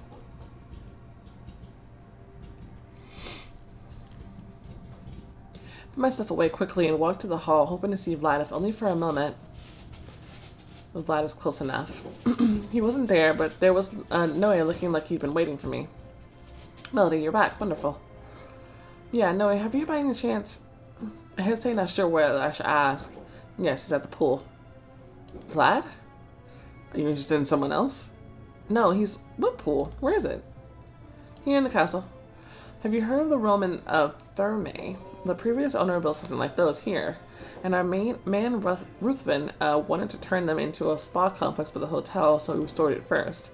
So there's a wonderful new pool in the castle now, in the southwest part. And Vlad's there now? Yes, he loves swimming. Did you know? No. Of course. Who's known such tiny things about their best friend for ages? But I know it. Let's go. I'll show you. Seeing once is better. Without waiting for me to agree, Noe turned to a side hallway. I hesitated only for a moment before following him. Wow, that's pretty. We got into the southwest part of the castle through the inner rooms. We walked through the thermae and got outside. Now only a semicircular wall was separating us from the pool. There was splashes coming from behind it. Someone's strong, precise hits were slicing through the water as if crushing an invisible opponent. It's one of the few things that calm him down. I peeked out carefully, but only saw a dark spot in the other end of the pool. I felt annoyed with myself. Why did I listen to Noe? Why did I come here? To watch? To talk? I'm clearly out of place here. Suddenly Miriam emerged from the thermae side. She was hurrying to the pool, holding a stack of tiles. Hold on, where are you going? The girl stopped and batted her eyelashes in surprise. Excuse me, Mr. Noe, I'm fetching tiles for Mr. Vlad. Noe took the stack from her in an onerous gesture. Thank you, Miriam. Go and rest, we got this.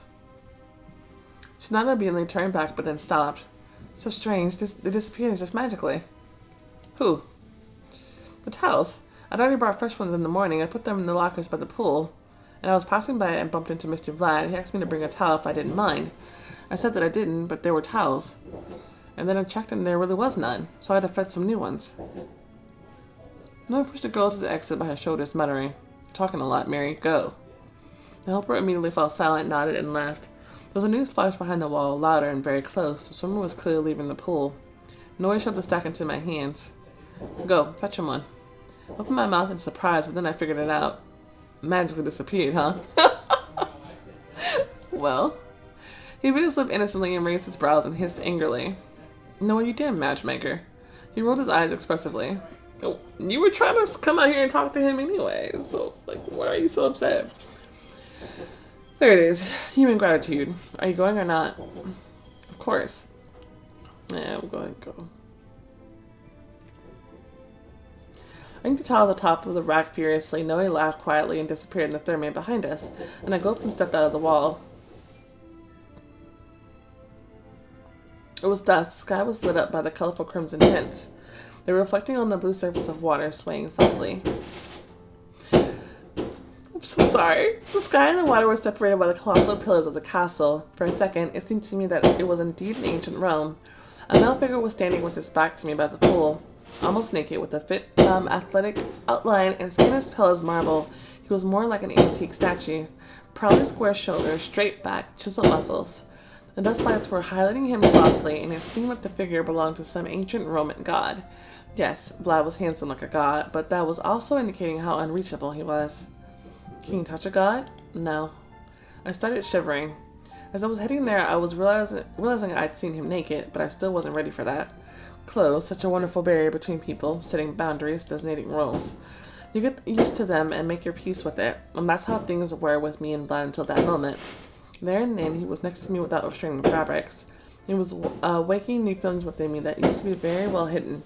Until then, my soul was aching for him, but now, my body was screaming of its suffering. All of a sudden, I realized how much corporeality there was in my longing for Vlad. Not elevated, but humane, mundane. I want to hug him. I want to caress him. I want him so much. It was a moment of obsession. I approached him in a couple of quick steps. I unfolded the towel and threw it from behind on Vlad's shoulders. Through the thick terry cloth, my palm set on his shoulders. He gave a start and froze. His muscles went tense. I felt it well because I still had my hands on him. I just couldn't move them away. Slowly, I sent my palm through the cloth across his back, his shoulders. I was looking at his wet hair, enchanted, watching the droplets of water sliding down his pale neck, so close. I was longing to touch his skin with a kiss, to kiss the droplets with my mouth. He was still silent and unmoving, and it gave me courage. Led by my impulse, I pressed my body against his back, hugging him through the towel. Vlad. For a few seconds, we were standing without moving, and I was pressing harder against his body, burning with my desires, trying to quench my thirst for physical intimacy with him. But then, he moved his shoulders cautiously, breaking free from my embrace, and turned around.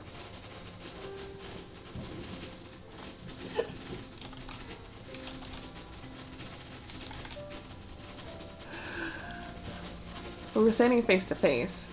More than anything, I was terrified of showing him my eyes and the madness in them at the moment, so I looked down immediately. It was a mistake. My eyes saw the chin framed by tidy stubble in his lips. It was even worse. I looked down, doomed, voluntarily throwing myself into the abyss. His wet neck, his strong, naked chest rising with each breath. Streams of water slowly sliding down to his tense abs, and the black cloth of his swimming trunks, loose enough but still pulled right now at the spot. My head was spinning. As if in a fog, I took the towel and patted the droplets of water on Vlad's chest, and then again. I started wiping his body, touching it with the towel where I wished my hands were, slowly melting with desire. Melody, look at me, please. But I couldn't. I kept staring at the towel in his body like it was my salvation. He raised his palm, got it under the towel, and caught my hand through the cloth. He squeezed it again and said persistently, Melody, look at me. It was impossible to disobey his tender and firm voice. I raised my eyes and felt as if I was the one undressed before him and not vice versa. The thick cloth of the towel was separating our clenched palms, but nothing else could stand in the way of light sparkling between our gazes. I feel like we haven't seen him smile in forever. Thank goodness. He needs just a small bright spot for 2 seconds. I saw much greater fire in Vlad's eyes than in mine. In this fire, the bridges, cities, and years he walked through before meeting me again were ablaze. In this fire, there were pure tenderness and passion for me, pent up within the ages. Vlad lowered my hand carefully, still holding it through the cloth. Melody, But after the hand, the towel slid down as well, bearing his chest.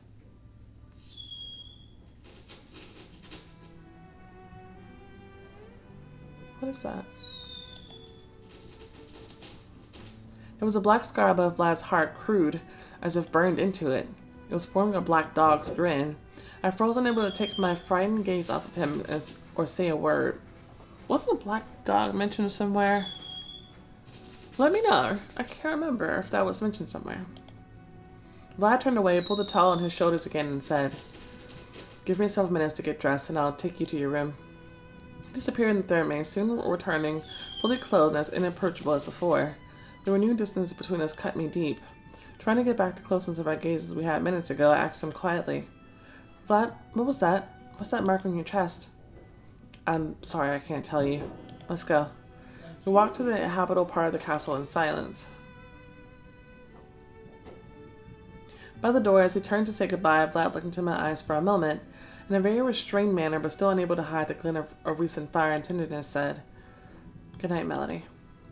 He left and I was alone in my room. I was laying in my bed for a long time without turning the lights on, wiping the sun and tears off my cheeks. In about an hour, I realized I couldn't fall asleep anyway, so I reached for the paintings. Oh, thank goodness. Thank goodness. Okay, I'm not ready. I'm not ready. It was a pretty good episode. A pretty good episode. I am nervous, but let's go ahead and do this. Episode 7, a goodbye and 2 hellos. Last time we kicked off, we were heading right into the painting, and I kind of feel like this whole episode might be a painting episode because the past 2, we've gone away from being inside the paintings, and so I'm kind of thinking it might be a big one for the paintings because, the return, oh no, this has my med slapped all over it. I'm super nervous about this, but Chapter 7, the return. And last time we were in trouble, Lally had to measure the length and speed of her steps meticulously. If she hurried to slow down, she'd bump into one of the guards walking around her in a tight ring. She was shaking with fear, and there was only one thought in her mind. Ursula and Vlad, I hope you don't do anything wrong trying to help me. The last thing Lala saw was she was taken away where the faces full of despair and decisiveness. It was scaring her much more than her own fate. The guard slowed down. Lale raised her head. She was surprised to find out they didn't bring her to the jail. They brought her to the turbe, the tomb of the Sultan family. Hassan? But they didn't go inside. They walked around the building and ended up by a small door hidden in the leaves. The guards opened it and let the captive inside.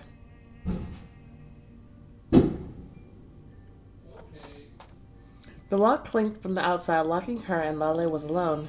She looked around, noticing the simple, almost ascetic furnishing of the chamber, yet they were delicate and made from expensive materials. There's a secret room in the turbe? But why did they take me here?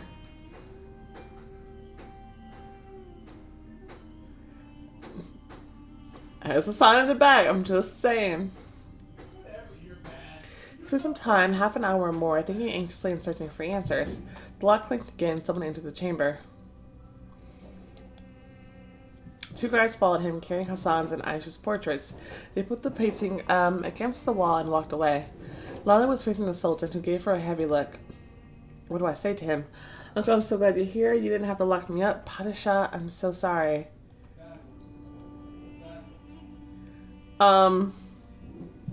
Maybe we should just, apologize.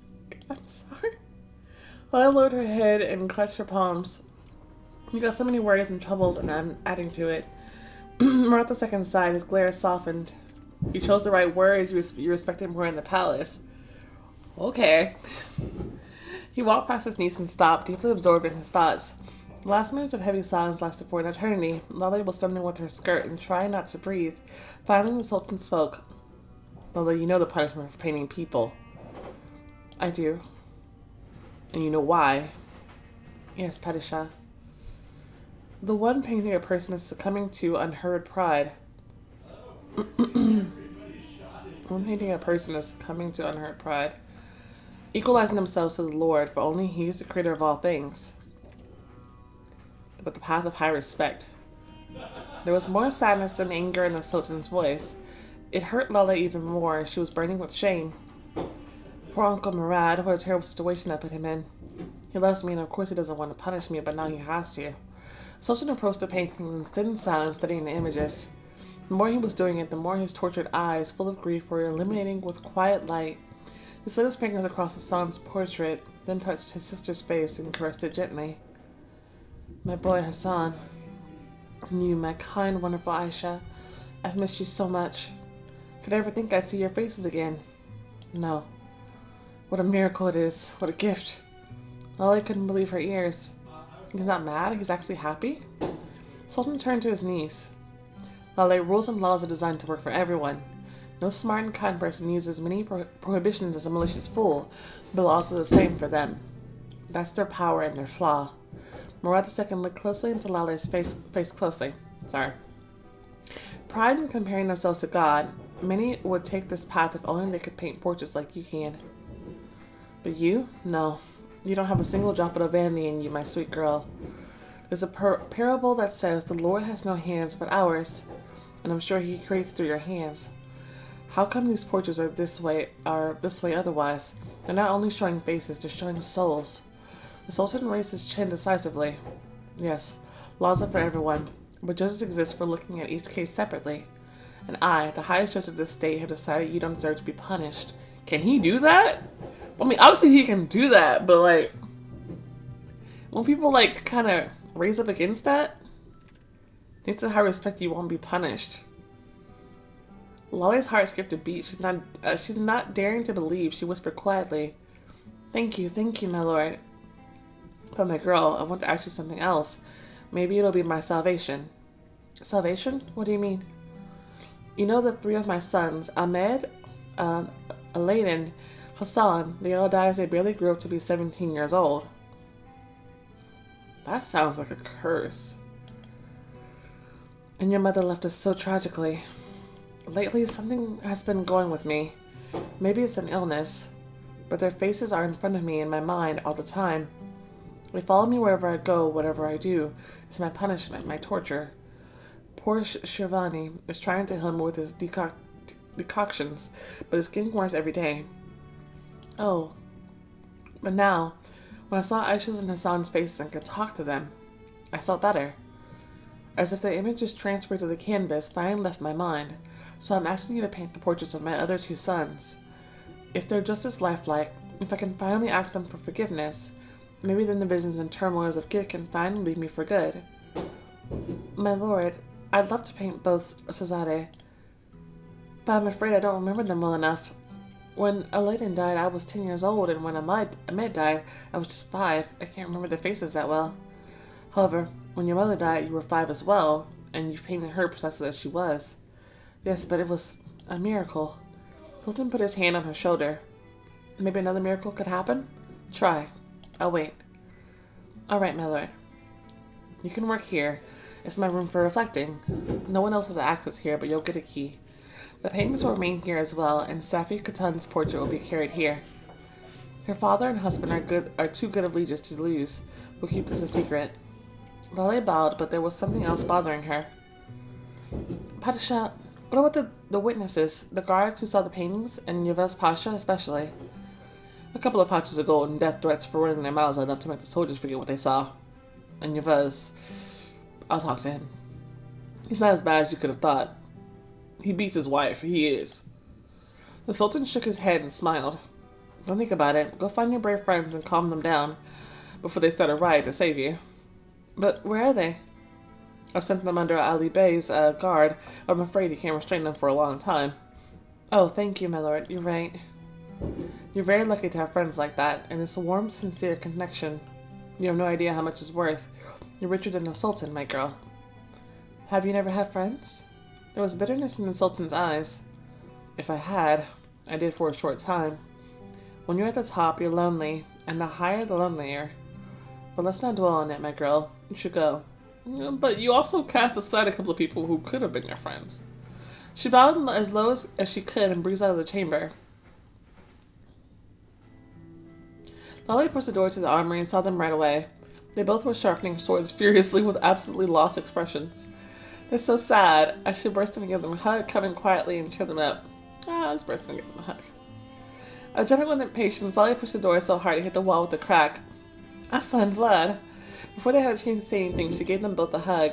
The young man threw their swords down and reciprocated her gesture happily.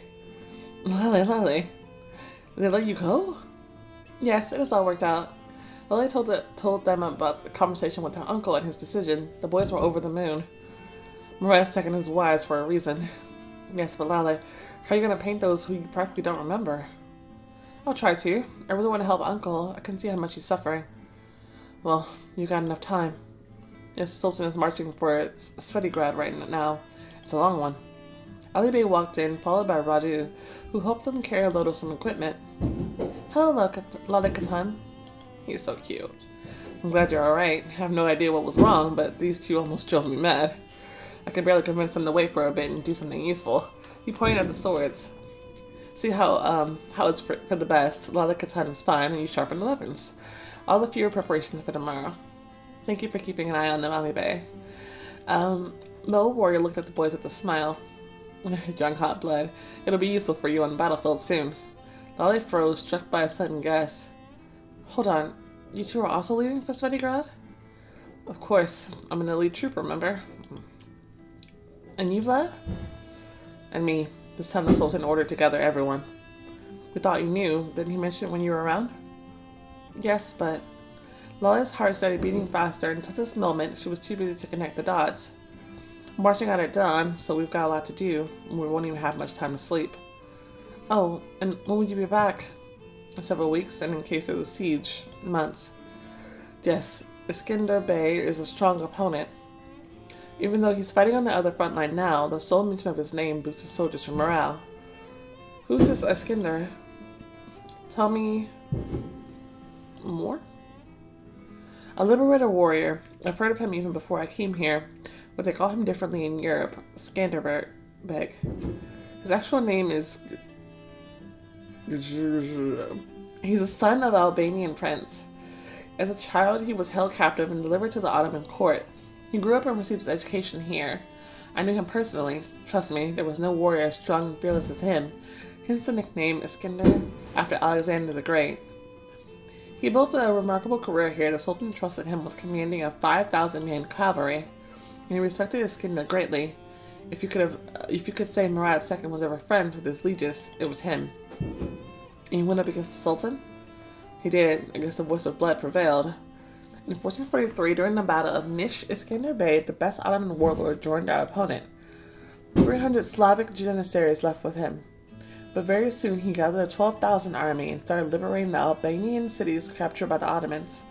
Sultan Murad tried to defeat him many times, but still to no avail. Svetigrad is a key point. If we conquer it, it'll open the way to Albania for the Ottomans. That's why Sultan Murad wants to conquer this fortress so badly. Yes. Oh, I see now. Someone called for Ali Bey and he left the armory. Radu grabbed a sword and started piercing the air. Get this, traitor Iskender. Death to the traitor of the Sultan.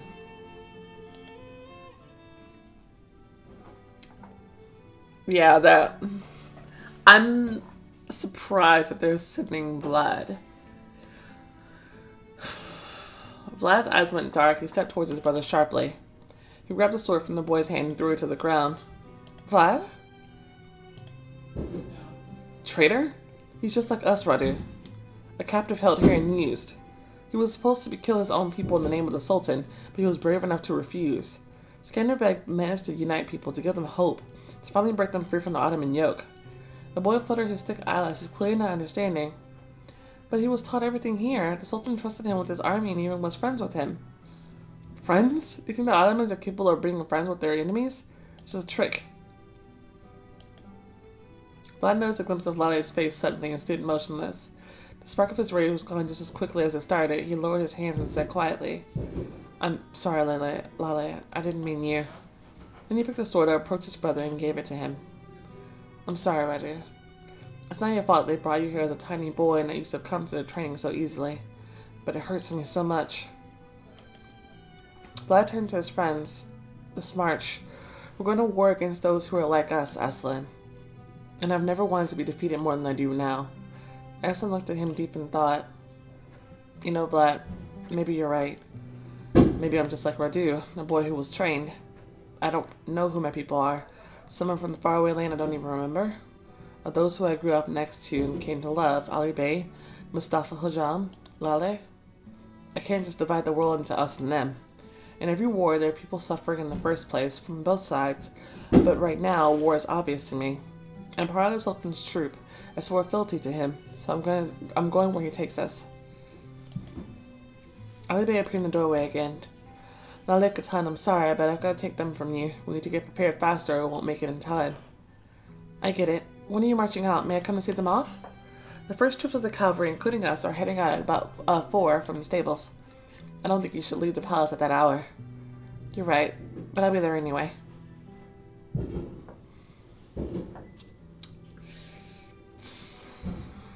Ha. This is just... has the strings of tragedy written all over it. Well, I spent the rest of the night worrying. Her secrets with the paintings unveiled, her friends leaving for a war. All this was so heavy that she never fell asleep. She tossed and turned half the night and got up eventually. Is that moon red? There's still time, but I'll start preparing now. It's cold outside at night. I need something warm to wear. And something inconspicuous so I don't attract unwanted attention. You're still going to attract unwanted attention, but whoa, girl, that is nice.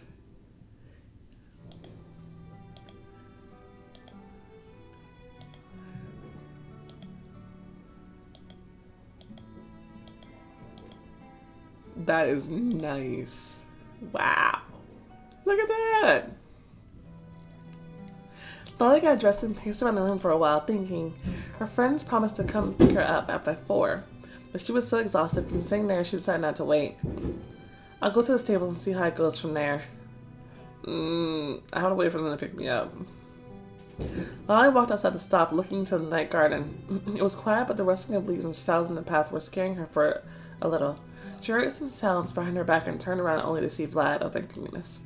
He left the palace hurriedly, but his little brother was running after him. Vlad, hold on.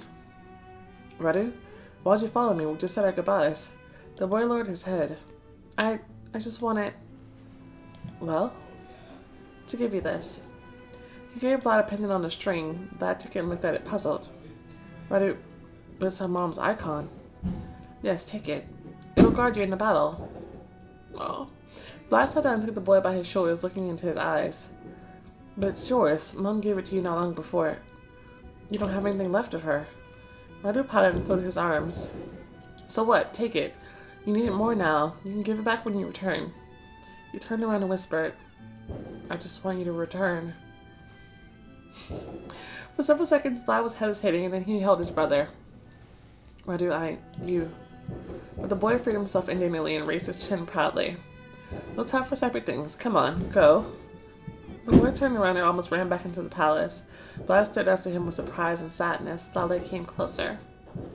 He loves you very much. Yes. It's strange. I've always been so strict towards him, and I must admit, I was thinking. Vlad shook his head, coming back to reality. Lale, why are you here? We had an agreement. I went to our rooms for a moment and was already heading to pick you up. I couldn't wait anymore, but I'm glad I saw you. Can we walk for a bit? Vlad took her hand, clutching it tightly and tenderly. Yes, we've got some time. Let's go. And I'm real sorry about the fireworks outside. I celebrated yesterday, so... He brought her to a gazebo covered in flowers. They walked in and sat on the bench. It's so pretty. Now that Vlad was by her side, the darkness in the garden didn't seem hostile to Lale at all. On the contrary, the night was filled with enchanting sounds, twinkling stars, and the thick fragrance of flowers. He took her palms on his and caressed them to warm her up, seriously and dutifully, as he always did everything. But Lale wanted a different thing from him, warmth, not seriousness. She moved closer and put her head on his shoulder. Vlad hugged her, stroking her back, hair, and arms, slowly and gently. And she was cuddling up to him, rubbing her head on his shoulder like a kitten. The thought that they were about to part was clutching her chest and making her thirsty for being closer. She wanted to take in his smell, energy, and tenderness for weeks to come. Could it really be as long as a month? Yeah, maybe even more. Such a long time. I miss you so much, Vlad. And I miss you, Lale. He held her, touching her forehead and corners of eyes with his lips. He dusted her hair around her face with shivering fingers, unable to take his eyes off of her. Each of these tiny, tender actions from a cold prince of the faraway lands was a jewel to Lale. They were filling her heart with some big, joyful feeling, bursting her chest open. Lale, always trustful and open, couldn't but share it with him immediately. I feel so good by your side. I never felt this way anywhere with anyone, no one. And now, I'm supposed to be sad you're leaving, and I will be, but later. But while you're here, there's nothing but joy in me, and I can feel like I can fly. You're describing it so beautifully. Lale thought about it, remembering something. You know, I saw a similar description in a book. It was a description of love. She looked into his eyes and added, admiring and serious. I think, Vlad, I might be in love with you. Looking into her iris' wide with discovery, Vlad was experiencing two of the most controversial feelings at once. Intoxicating sweet happiness, and bitter disheartening sadness. Lale, but one day I'll... She knew what he was about to say right away. Leave? Yes, that's why. More than everything in the world, I want you to. And I'm afraid you might love me. Because then... She covered his lips with her palm quickly. No, don't say anything. I don't want to know anything about then. Her eyes glistened brightly and moistly. Life is not something then, Vlad. It's now. And true love is a miracle, even if it's not destined to live for long. Some people live without ever discovering it. Those are the poor souls. And I'll be happy, no matter for how long. We've got so little time together left. I want to fill these minutes, and I want you to fill them as well. She held his face in her palms and whispered, You need to let yourself feel more, Vlad. Uncle Murad's right. You become a strong ruler once, but power is responsibility. We people can be cold-hearted. They're allowed to, but not the strong ones. Because if there's no softness and kindness in power, it destroys everything around, including itself. He answered under his breath. You're right, Lale, but feeling is the hardest part. No, it's the easiest. You just need to start. Just look at me now and do what you want to do. Not the right and sensible thing to do, but what you actually feel. Show me that you're alive. I won't be scared. I want the same thing as you.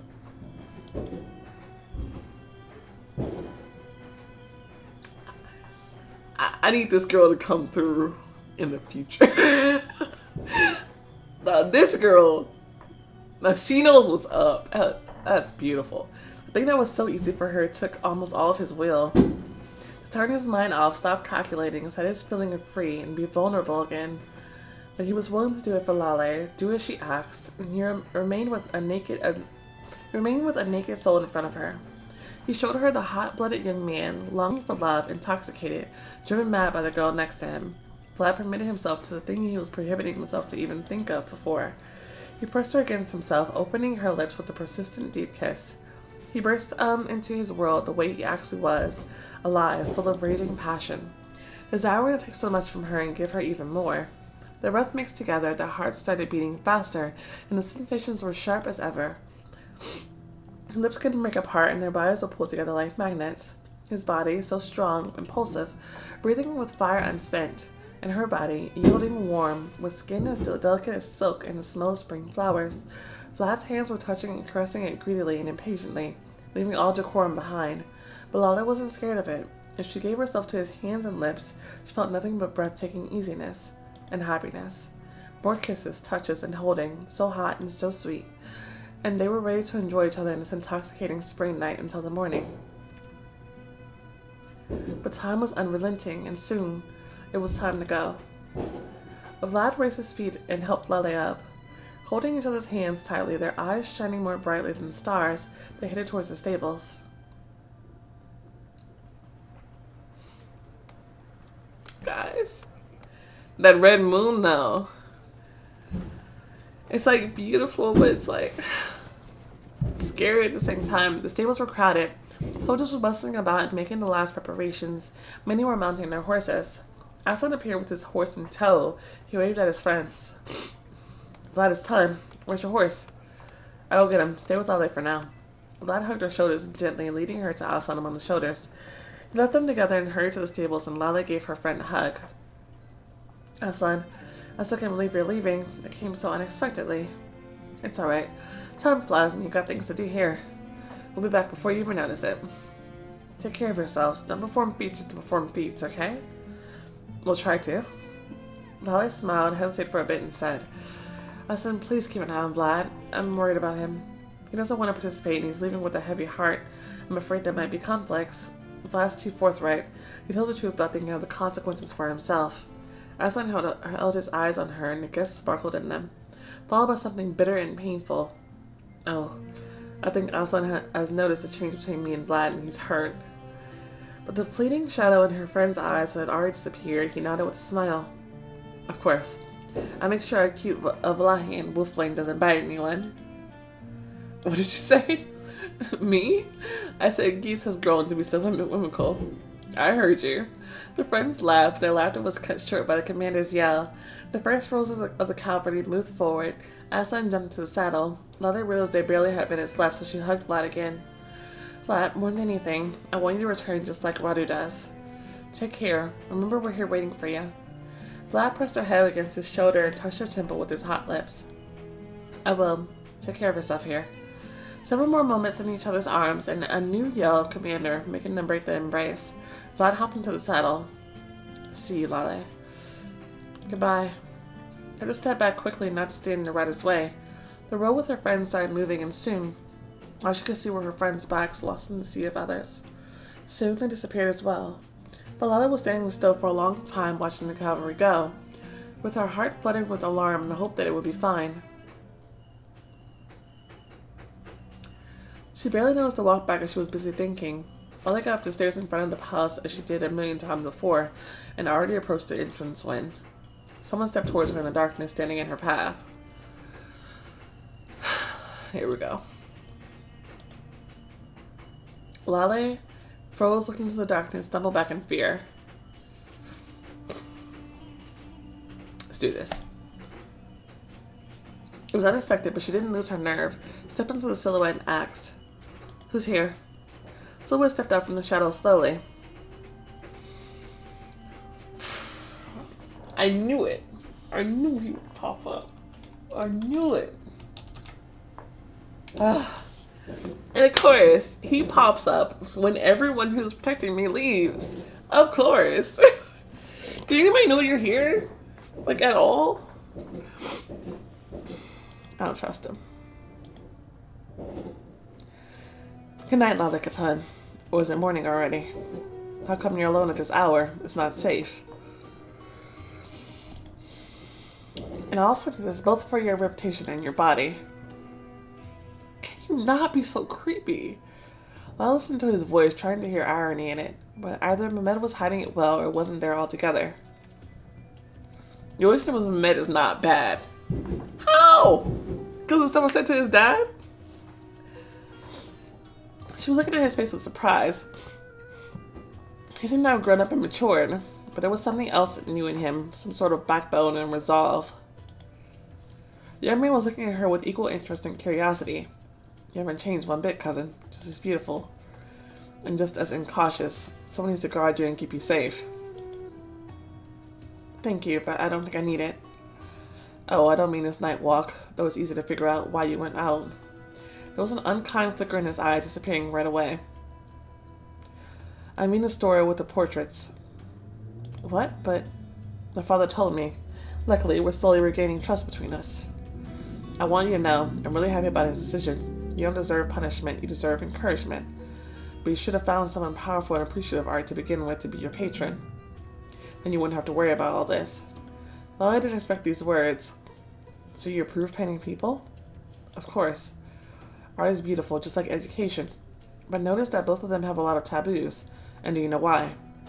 Because they're a colossal power. Those who have prohibited them before were simply afraid of this power. Because of their own weakness, naturally. Yes, I guess. I still couldn't believe he meant all of it. The same boy who resented studying and teachers so much just several years ago.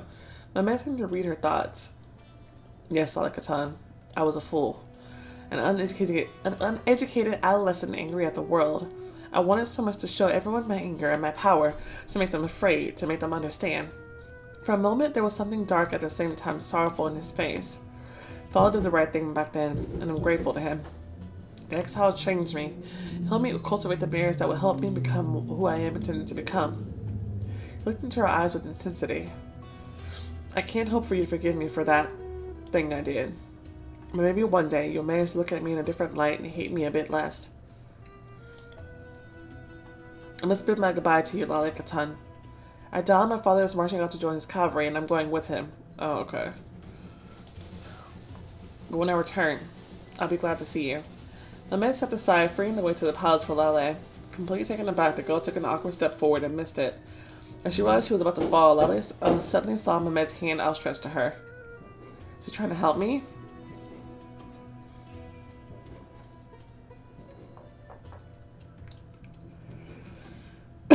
Would rather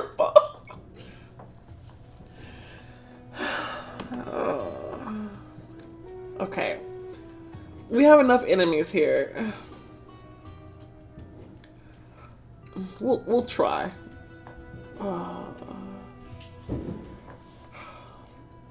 I don't trust him though. Lola grabbed Alstrain's hand but failed to catch herself and fell into Mehmet's arms. He caught her, not letting her fall. Be careful. Yes, thank you. For a few moments, they froze in each other's arms. Walk away, please. Lolly felt mixed emotions. He sensed his warm, firm hands on her skin, comforting warmth and gratitude for his help at first, but then she thought back to the events of 2 years ago, when the same hands were holding her in a very different manner. It made her skin crawl. She felt nauseous. Lolly couldn't help but twitch, and Mehmet let her go. Forgive me, She just nodded hurriedly and immediately rushed into her room. Okay.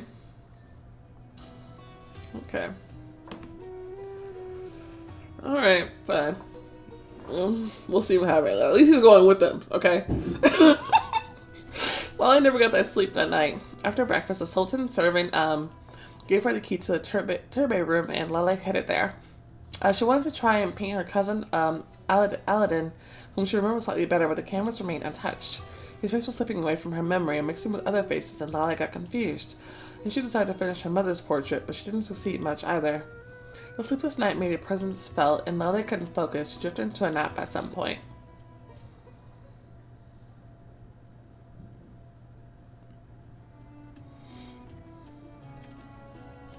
Lala's vision.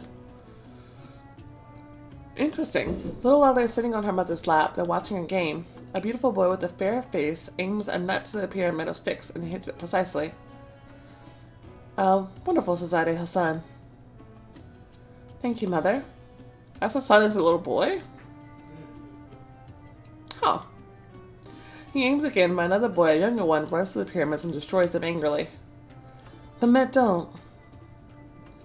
They're not taking me to play with them. But you didn't ask. Here's a nut. I'll build a new one, and will you throw it? Okay. The boys outstretched their hands to each other, but the woman steps between them. Don't play with him, Sazade. Don't you know who his mother wishes death on you and your brothers? What?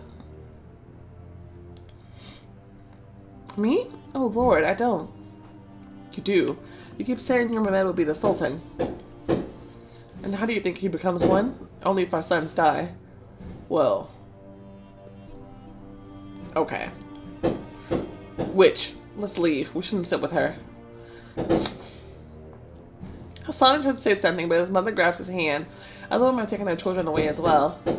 Aisha Hassan, come on, let's go.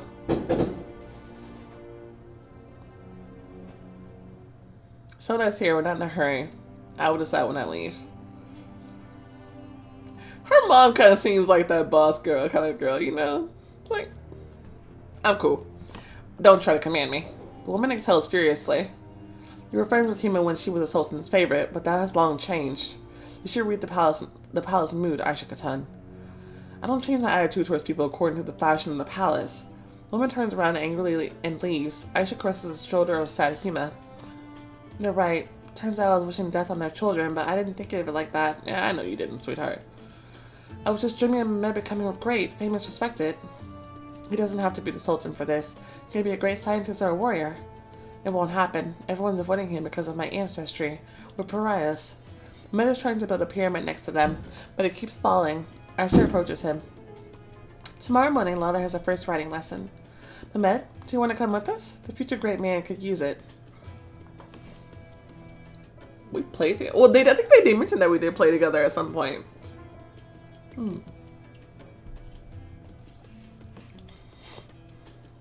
I do. Wonderful. I'm going to the race course right after the breakfast. Thank you, Aisha Katan. My mom is awesome. Lolly perked up and opened her eyes, looking around, still confused. The room was still empty and quiet. Was it a dream? I think so. But on the other hand, it was so clear as if it was real, and I think I've seen this moment before. Her head was heavy and aching. She decided to go outside to recover. The welcoming rays of sun made her feel better indeed. And Hassan was nice even as a little kid, even as he has a mother like that. He was still nice as an adult too. Well, not an adult. He was like a teenager, a young, like middle school. I don't know, something like that. But Hassan was just too nice for this world. He was just nice and sweet. He died way too soon. But we're here, and his body is right there. Like I feel like we're on the cusp of something. I feel like we're here for a reason. And they keep bringing him up for a reason. They're not letting this lie. And I'm telling you, we had a relationship boost with him back in the past. I don't think it's for nothing. The welcoming rays of sun made her feel better indeed. Lolly walked the path around the turban. Suddenly the dog ran towards her. Hey, Diana. Diana, dear, where'd you come from? That's where I thought I saw something. I guess when the soldiers barged into the house, you got scared and ran out, didn't you? The hound was acting strangely restless. She was running around Lolly's feet as if calling her somewhere. What, Diana? I don't understand. Do you want to show me something? Fine, leave me. Let's take a look. The dog rushed forward and ran into the turban. Lolly stopped in front of the door, hesitating. She called out to the hound several times, but she wasn't coming back, so Lolly had to follow her. Hassan. Lolly's eyes had to adjust to the semi-darkness inside the turban to see the object better. When she got accustomed to the darkness, she looked around. Diana, where are you? The dog was nowhere to be seen. Lolly took several steps to one, then to the other side. Suddenly she felt a presence behind her back. Lolly bated her breath and felt her fingers start to shake as she turned around. What she saw made her heart stop beating. Was he the dog?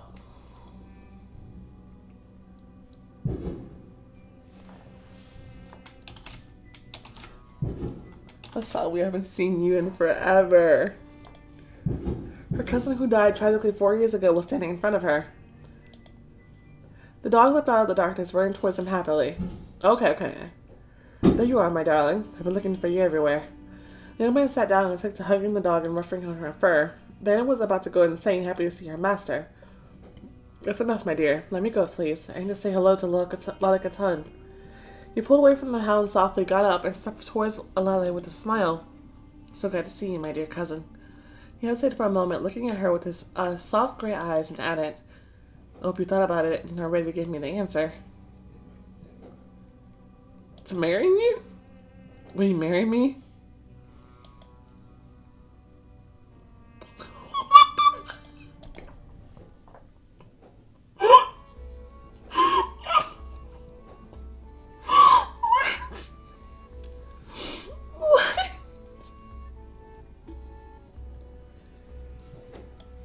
Dude.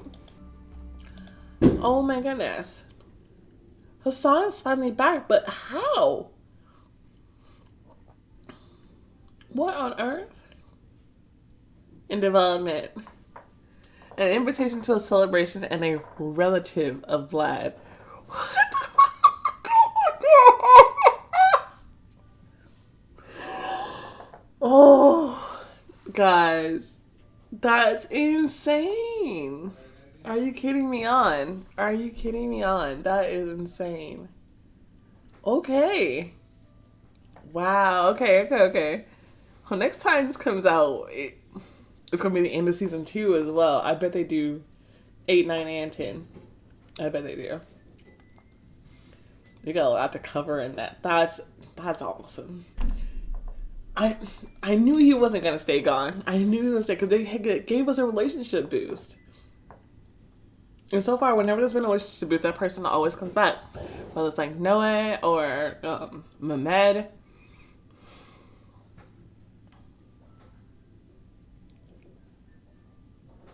That's exciting, gosh. Oh, and that scene with Lolly and Vlad was just so beautiful. Like, I didn't even mind this whole episode was in the painting in the past, because usually it's like kind of dark and this upsets you and makes you sad. But this whole chapter was just kind of like really beautiful, so beautiful. Like, wow. Like, Lolly is just she's such an amazing character. She's so good. I think that's part of why I judge Leia so harshly, because Lale is just, she's just perfect. Like, she's what they describe her as in the present, like just like kind and sincere and brave and like just true, like she just really just lets it all out. Like her heart is just like out there, and this, that's just who she is. She's a lot like her mother, in that way, because we can see the glimpses of that in her mother from the past. Her mother's like, you're like, you know what? Y'all ain't gonna tell me who I'm gonna be friends with. I'm gonna do what I feel is right, and that ended, of course, in tragedy. And unfortunately for Lale, we already know that that's gonna end tragically as well, because they're just ahead of their time to be like that. But wow, okay, I enjoyed this update for Dracula Love Story. All right, this is what's up. Okay, now I'm back into it. So we got the mystery unfolding. That's hitting. The character moments have been hitting these updates. I thoroughly enjoyed these 3 episodes. So I'm really happy about these. Okay. Anyway, thank you guys so much for watching. If you enjoyed this episode, go ahead and show the like button, so love, subscribe, see more content like this, and I will see you next time. Bye.